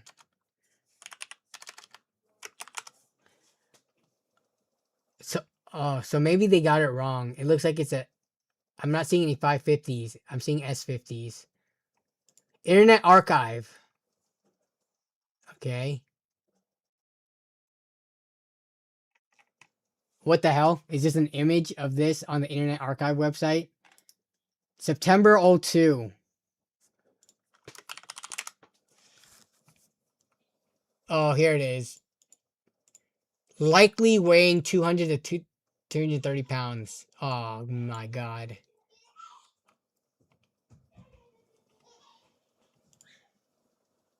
Highly recommended to use a heavy duty dolly. 200 pounds. Does anyone in chat, do any of you think you're macho enough to be able to carry a 200 plus pound 36-inch CRT TV from inside of somebody's house to your car by yourself? Does anyone think they can confidently do that? Because I'm saying right now, if this thing is 200 pounds, I do not think I can. 100 pounds, I would be more confident about.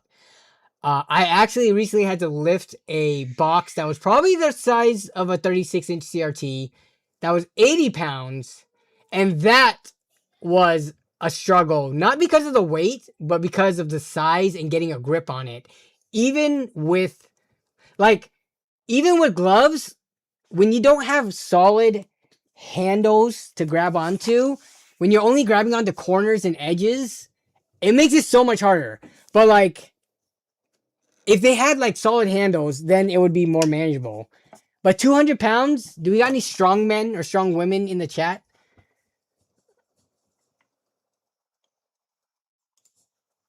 They're awkward to hold. CRTs are, yeah. CRTs are so awkward because most of the time, I'm pretty sure, I think I've seen some CRTs with like side, like, you know, dents or divots for you to put your fingers in. But still, 200 pounds, man, I'm not.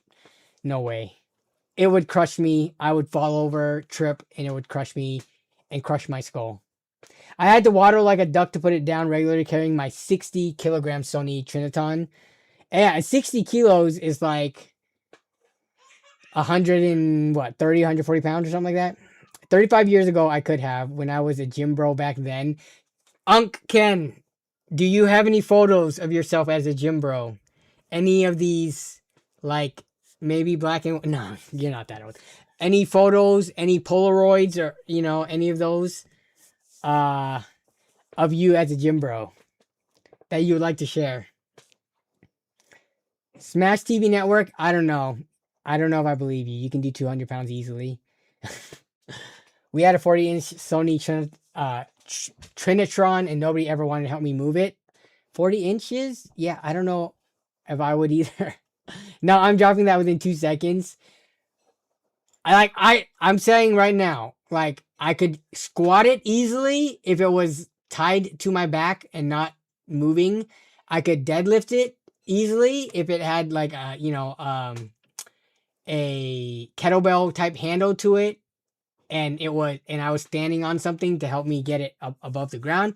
But like, if it was leg strength and a good handle, easily. But to walk with it, no way.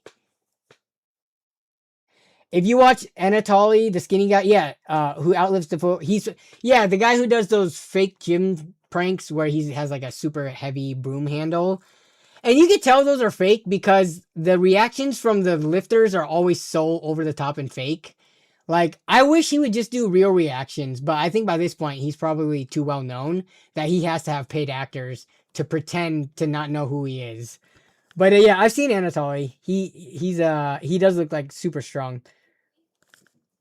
And like, there's no way that broom handle can be so heavy that super buff gym bros can't even lift it, like those videos show. He's crazy with that mop. Yeah. It's just, I don't know why he has to resort to like having actors on his content.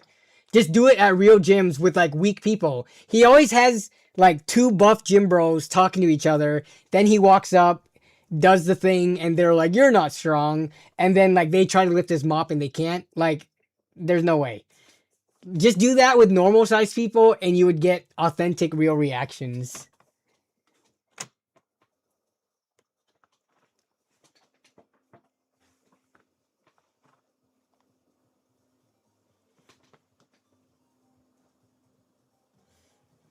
He is a lifter though, and he's strong. I don't know if I think his mop could be actually super heavy. He's like, if you look him up, he's freaking like ripped. Like I totally believe. Now we're looking up shirtless ripped men. But I'm saying he's not so ripped where he could lift them up easily and people twice his size struggle is what I'm saying. Like I don't understand why he needs those fake actors doing that. But yeah, he's like a legit bodybuilder.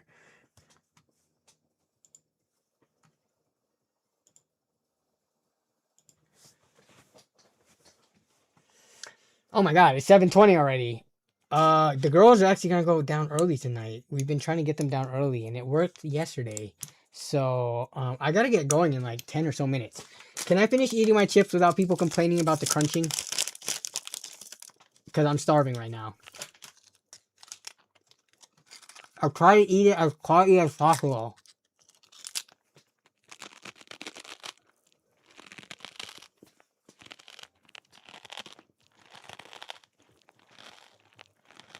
Yeah, you're right. There's a difference between a power lifter, bodybuilder, and a strong man.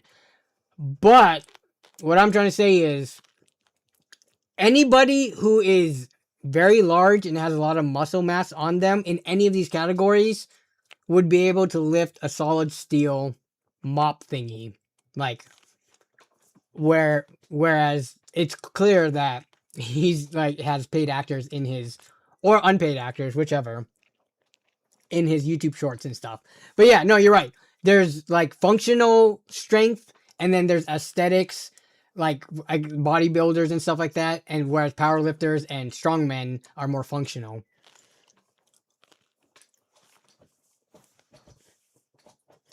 Crunching chips quietly is like trying to open a peppermint in church law. The size of your muscles doesn't count. It's the type of muscles. Yeah. And in his photos could be photos. No, I mean, are we gonna try? If he uses fake weights, I think it would be like known across the entire internet. Greg Doucette would have done, an exposed video, and I think he's like legit strong. Whether or not it's mostly aesthetic or if it's actually functional, I think he's actually like, you don't get to look like this and be like really weak. His bare-chested photos are Photoshop. I don't know, Birdcage. I feel like, do we have to look up videos of him now? Video shirtless. Are we gonna say this is AI? We're actually doing this? Okay, come on. Come on. So I don't follow him religiously. So, but I'm just saying, based on what I've seen on the internet, I feel like he's legit.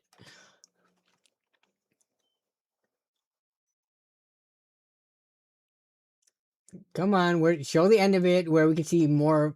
See, are all his latest videos he's always wearing a janitor outfit? You are onto something where I'm not seeing any videos showing his like modern day physique.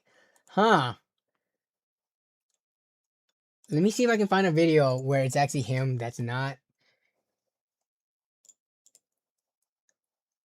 Yeah, why does this feel like AI? Because like the slow-mo and stuff like that. Is Birdcage onto something? Is Anatoly like not actually rip or strong? And are all the pictures photoshopped? Oh man. Danny organized a creator strongman event with only tech creators. We lift only heavy tech items. I still want to do the tech content creator boxing matches. And I still think Linus is the only person who could even remotely come close to pulling it off. The only issue is boxing is actually very dangerous.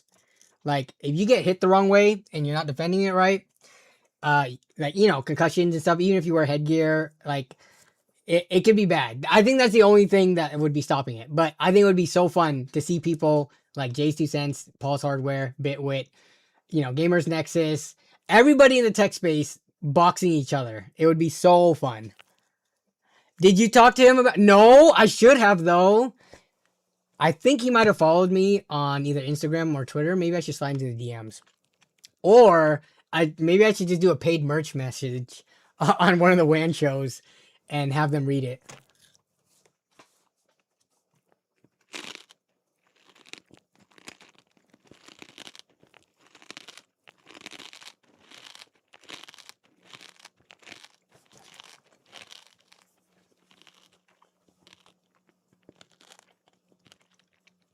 Just watch out for YouTube. Wait, what? Why would YouTube ban me?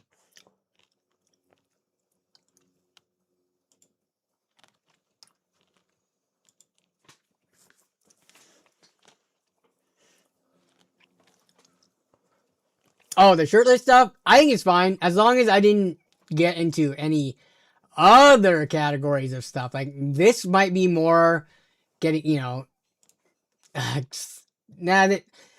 this is on YouTube, so it should be fine. YouTube got some, like, clickbaity, thirsty stuff, though.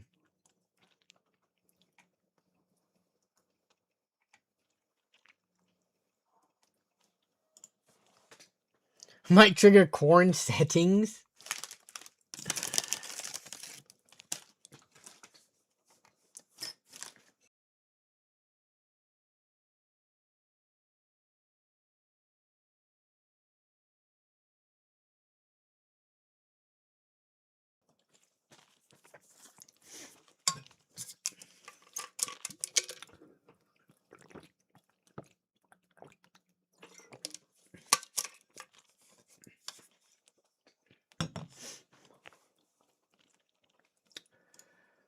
I'm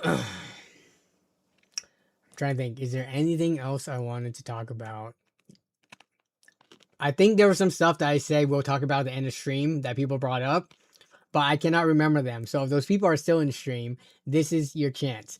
Otherwise, what did I do? Oh yeah, back to the cereal conversation from last week. So remember how I said I bought those knockoff Cocoa Pebbles because it was so much cheaper at the grocery stores. So this is what my cereal cabinet currently looks like. It's got pretty healthy stuff, right? Aside from fake Cocoa Pebbles and then Fruity Pebbles up here. But we got protein Cheerios, and then, like I told you, I like Special K.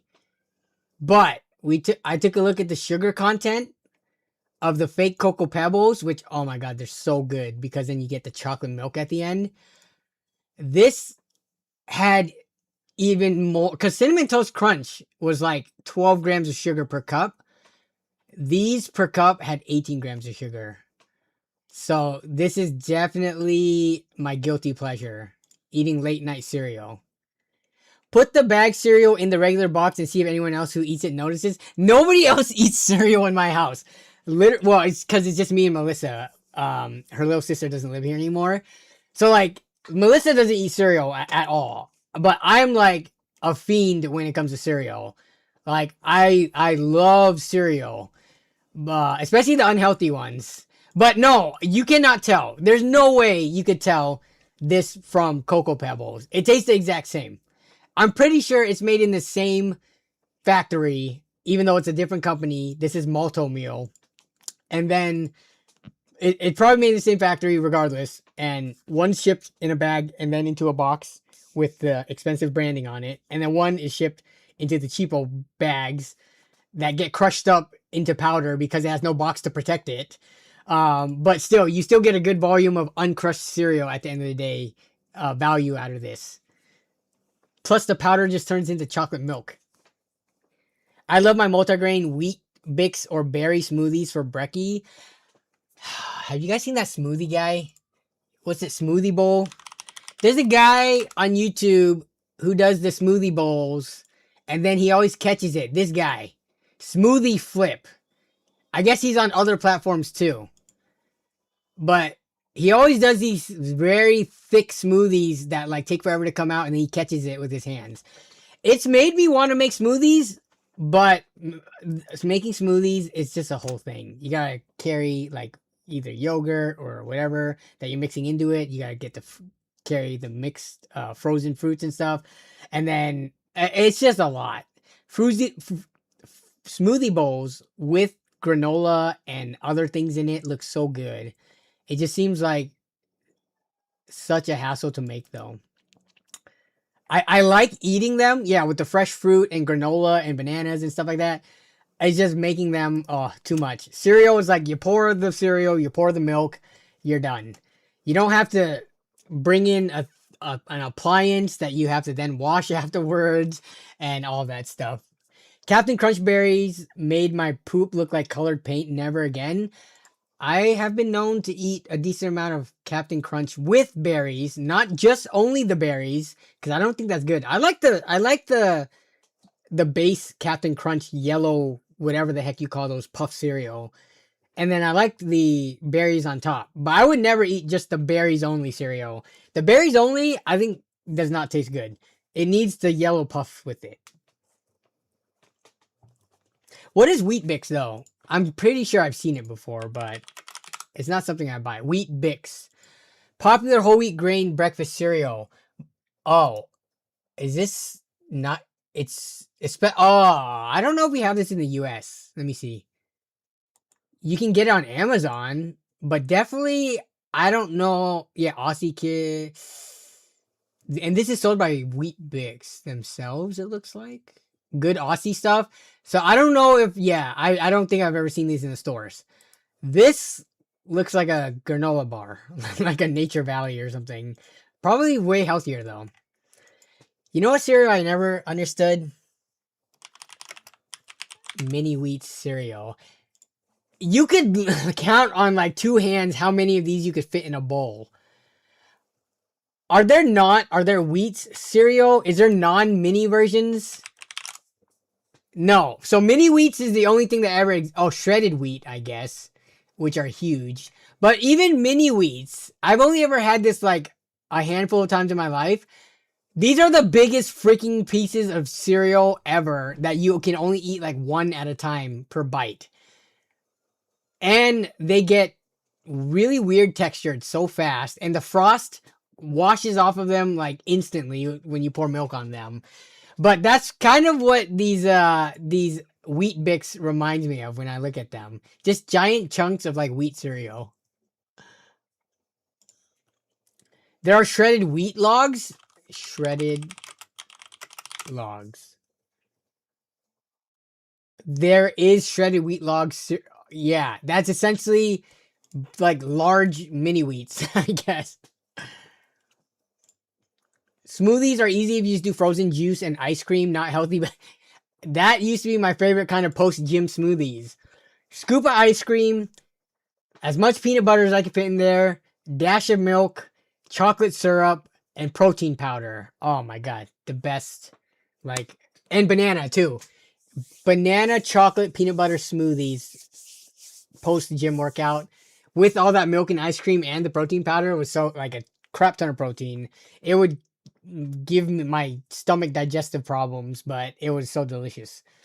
That was back in my like college gym days. I used to do that all the time. Dried fruit plus milk. That actually sounds really good. Though at that point I would probably put like some plain cornflakes in there for the crunch factor. Peanut butter Captain Crunch or Bust. Those are pretty good. I typically go towards the Reese's Puff cereals though. You love frosted mini wheats, Chris? Maybe I need to give them another try. These days, I just pick what's on sale, and a lot of times it's the special K stuff. Trashing your favorite cereal? Wait, which one's your favorite cereal? The jelly-filled... Wait, the jelly-filled what? Are fire? O's are... What are O's? Aren't those just like Cheerios?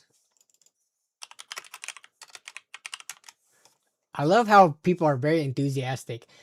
Yeah. Aren't these very simple? Oh, actually, Honeygram O's looks really good. It looks like they actually have some chunky stuff with them. Yeah, there's actually some stuff inside the O's. I'm pretty sure I bought this once before, but they look like the kind of fancier Honey Nut Cheerios with the clusters in it. Yeah, I can get down with these. These look good. Oh, your Frosted Mini Wheats was your favorite? Okay. I like Frosted Mini Wheats and the Crunchy Raisin brand. Aw, Unken. Raisin brand. I'm not a fan of raisins, except for an oatmeal raisin. And, so Raisin Bran Crunch is, I think what you're talking about, the crunchy ones. I think the base cereal is fine.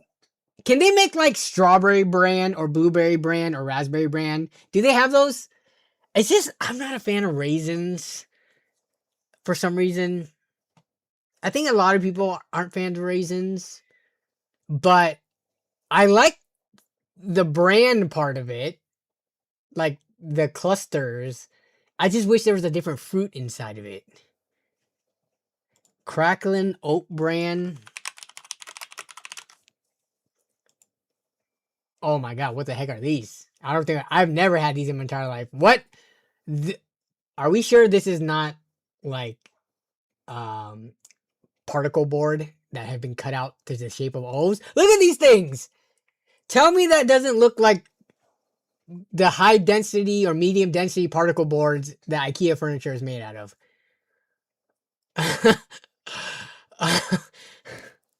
I maybe if I see these on sale at the store, maybe I gotta try them.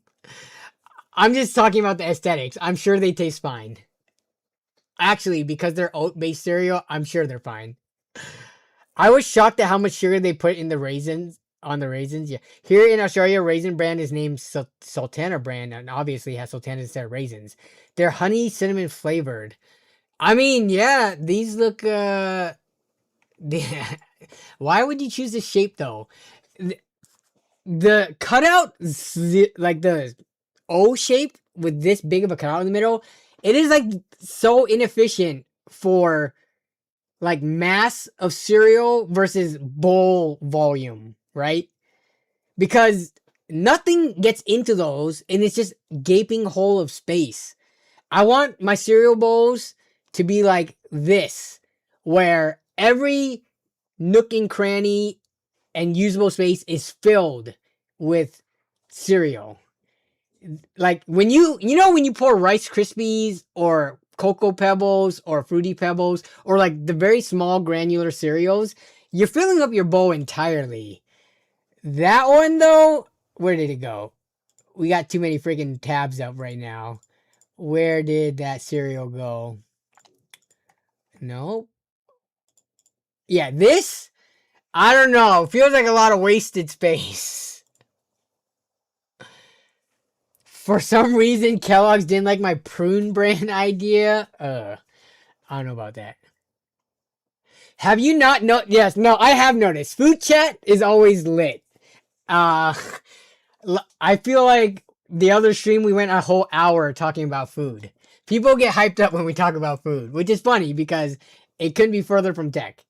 Special K with red berries, big fan of. I think that's what I have in my thing right now. Yep, there it is. Though the baked cinnamon crunch ones, very good as well. Throw in like some sliced bananas or some dried strawberries or fresh strawberries or even anything. This baked cinnamon crunch one, super good. I like it a lot. we can end the poll from earlier about laptops. Yes, waffle crisp, very good.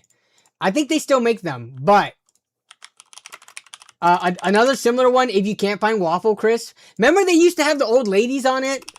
The commercials used to be these old ladies back in like the 90s or early 2000s, and they were like working at the factory or something. I haven't watched this in so long, but yeah, dude, Waffle Crisp when they first came out, so good. But another similar one, if you can't find Waffle Crisp, is Eggo cereal, because it's the same thing, right? Like waffles type syrupy cereal. Eggo cereals and Waffle Crisps taste very similar, and these are also pretty good too. I enjoy these. The old ladies from the 90s commercials, exactly. Yeah, you remember. People who know. I actually find a lot of cereal, sugary ones repulsive and too sweet and sickly. Oh, I'm the exact opposite. I mean, what is the most sugary cereal you can think of? Let's ask ChatGPT. What is the most sugary cereal? Please, I hope it doesn't say Cinnamon Toast Crunch. Honey Smacks is widely cited as the cereal with the highest sugar content. Often containing roughly 55.6% sugar by weight. More than half of its weight on sugar. But that counts the carbs as sugar, right? Honey Smacks, Golden Crisp, Fruit Loops Marshmallows, Captain Crunch Oops Berries. I love Honey Smacks. We talked about this last week. It makes your piss smell like it. I just need to see how many grams of sugars is in it. What the heck is Honey Puffs? I don't know if I've ever heard of Honey Puffs. All right. Okay, whatever. Details. Give me. Here's the information. Oh, 18 grams of sugars per cup. Wait, what is this serving size? It's not telling me, but I'm guessing it's per. They're usually in cups. Ooh, that means my Cocoa Puff cereal is the same because mine was also 18 grams per cup. 18 grams added sugar. You know, you're right. Yeah, as much as I love it, it's kind of like soda, right? Well, would you say that soda should be banned? There's nothing good to come from sugary cereals or sodas. Like there's no argument that I don't think you can make except for, freedom, I guess. Uh, that's the only one. Like there's no reason these unhealthy things should exist. And I feel like the government is, at least in the US, sort of taking steps in the right not maybe in the right direction. They're taking some steps in some direction, right? Like in Seattle, we have a soda tax where to de-incentivize people from buying soda, they have to pay more for it. But people don't care. They'll just pay more because people are addicted to soda. But like nationwide, they're doing like that food coloring ban thing, right? So that's kind of a step in the right direction where like needless things should be removed or eliminated, like food coloring. Like there's no reason to have food coloring. Who cares if your hot Cheetos are red versus yellow or whatever the default color is? Um, but you could argue that hot Cheetos should be banned because they're unhealthy as well. But yeah, with regards to like sugary drinks and cereals and candies and stuff, there's no what societal benefit except for people's mental health, I guess, if it helps with their depression or if it just makes them happier in general. That's like the only argument I can really think of for why we should have these unhealthy things. Don't ban them, just don't eat them. That's not how that works. If they are available, people will eat them. Like me eating. Okay, Tim's Cascades. What are we on the in terms of the unhealthy scale? 0 being the healthiest it can be, 10 being the unhealthiest it can be. Where are we thinking Tim's Cascades? Are these kettle cooked? Or are these deep fried? They are kettle. They are kettle style, which makes sense because of the way that the texture and the crunch.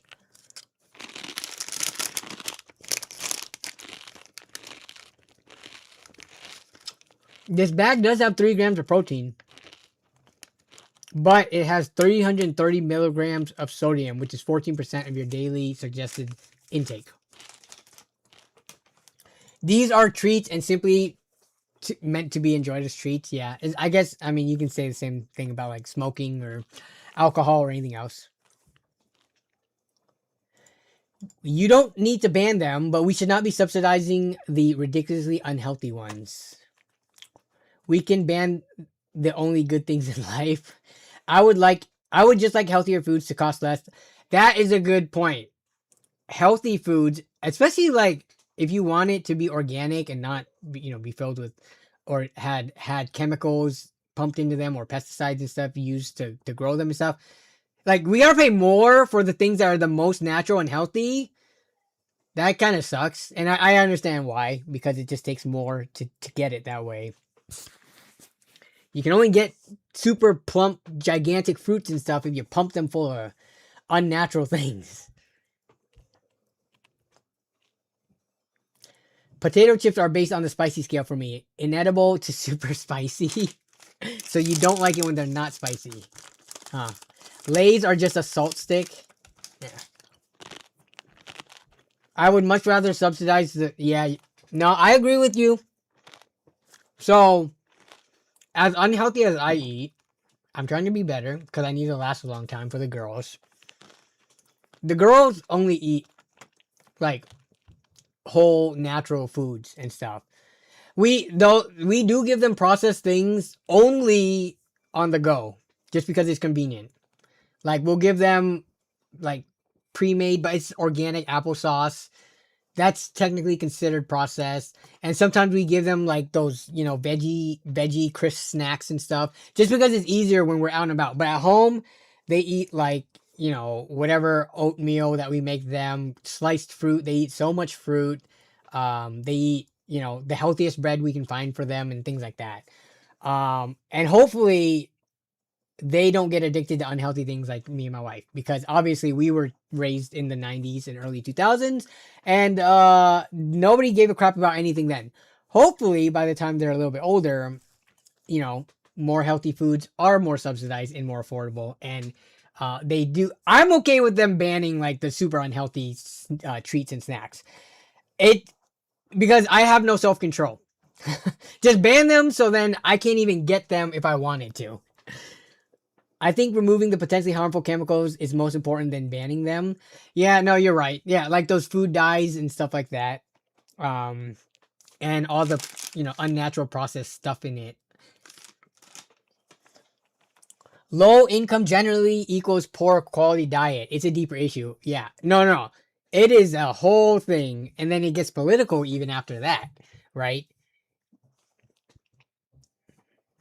And it has a toll on our health system, our hospitals, all that. Everything is so interconnected. Yeah. We went from talking about all these unhealthy snacks and cereals that at least I love, and then now we're talking about the deeper issue, like health issues and stuff like that. But I actually gotta go in like a few minutes. So as I finish this unhealthy bags of chips, I'm gonna hang out with chat, and then head out. Great health podcast called In Moderation.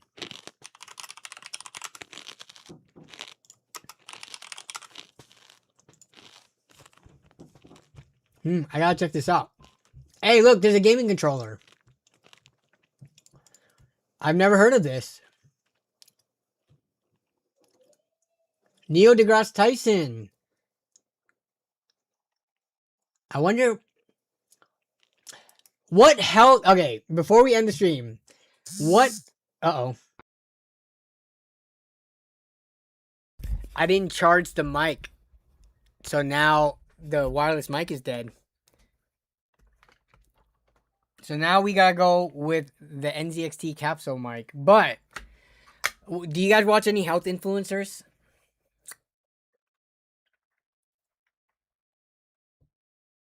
It's great that we can easily chat about this and not take offense at others' opinions. Yeah, I don't think we're saying anything too offensive or bad.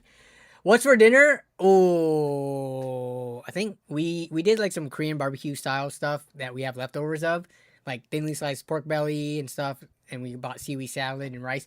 So, Korean barbecue at home, I guess, I think is what I'm gonna eat for dinner. One influencer that I like a lot is Dr. Mike. All his takes seem pretty reasonable. He seems like a pretty educated, well-informed person, and the way his videos are like, they're very easy to watch, and he's pretty entertaining himself. I think I learned about him through the YouTube boxing scene of all things, but then I checked out his content, and I actually enjoyed it a lot. In terms of mental health, I watched Dr. K. Just because he relates to gamers and streamers a lot, so it's more relatable. I'm trying to think of any other. Do we count Coach Greg at all? As I don't think Coach Greg. He's more of a drama. I do watch a lot of Greg Doucette. Who else do I watch that might even be in the realm of fitness or health? Oh, the guy that Dennis from LTT went to, Jeremy Ether. You know, so Dennis from LTT, LMG, he actually went to work for this guy.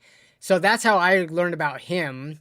And I watched his videos just even though I'm not actively working out like to any serious degree. But I do like watching fitness content. So I watch a decent amount of him. But that's not like health as in like, you know, like doctors. That this is more like gym health and fitness type stuff. I Sean Anderson. He's a and what? Anesthesiologist. What is this word even?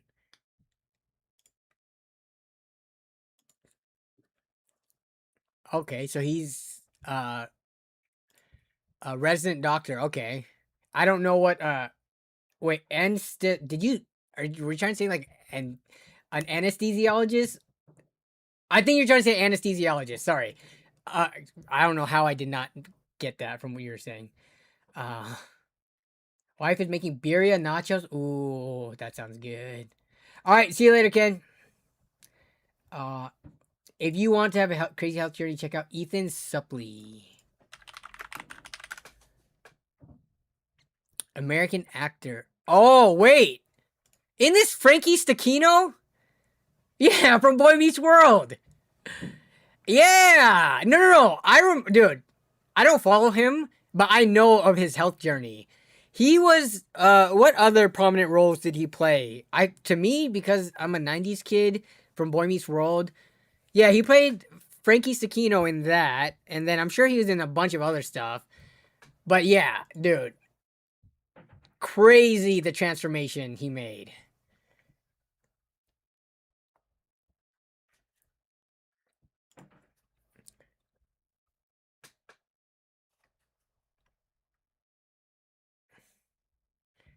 Rena Malik. Oh, I know of her because she did a podcast episode with Dr. Mike. I think she did the poop Isn't she the poop doctor? Urologist and pelvic surgeon. Oh, maybe she was just talking about poop on that episode. But yeah. No, yeah. I'm aware of her through watching Dr. Mike. Yeah.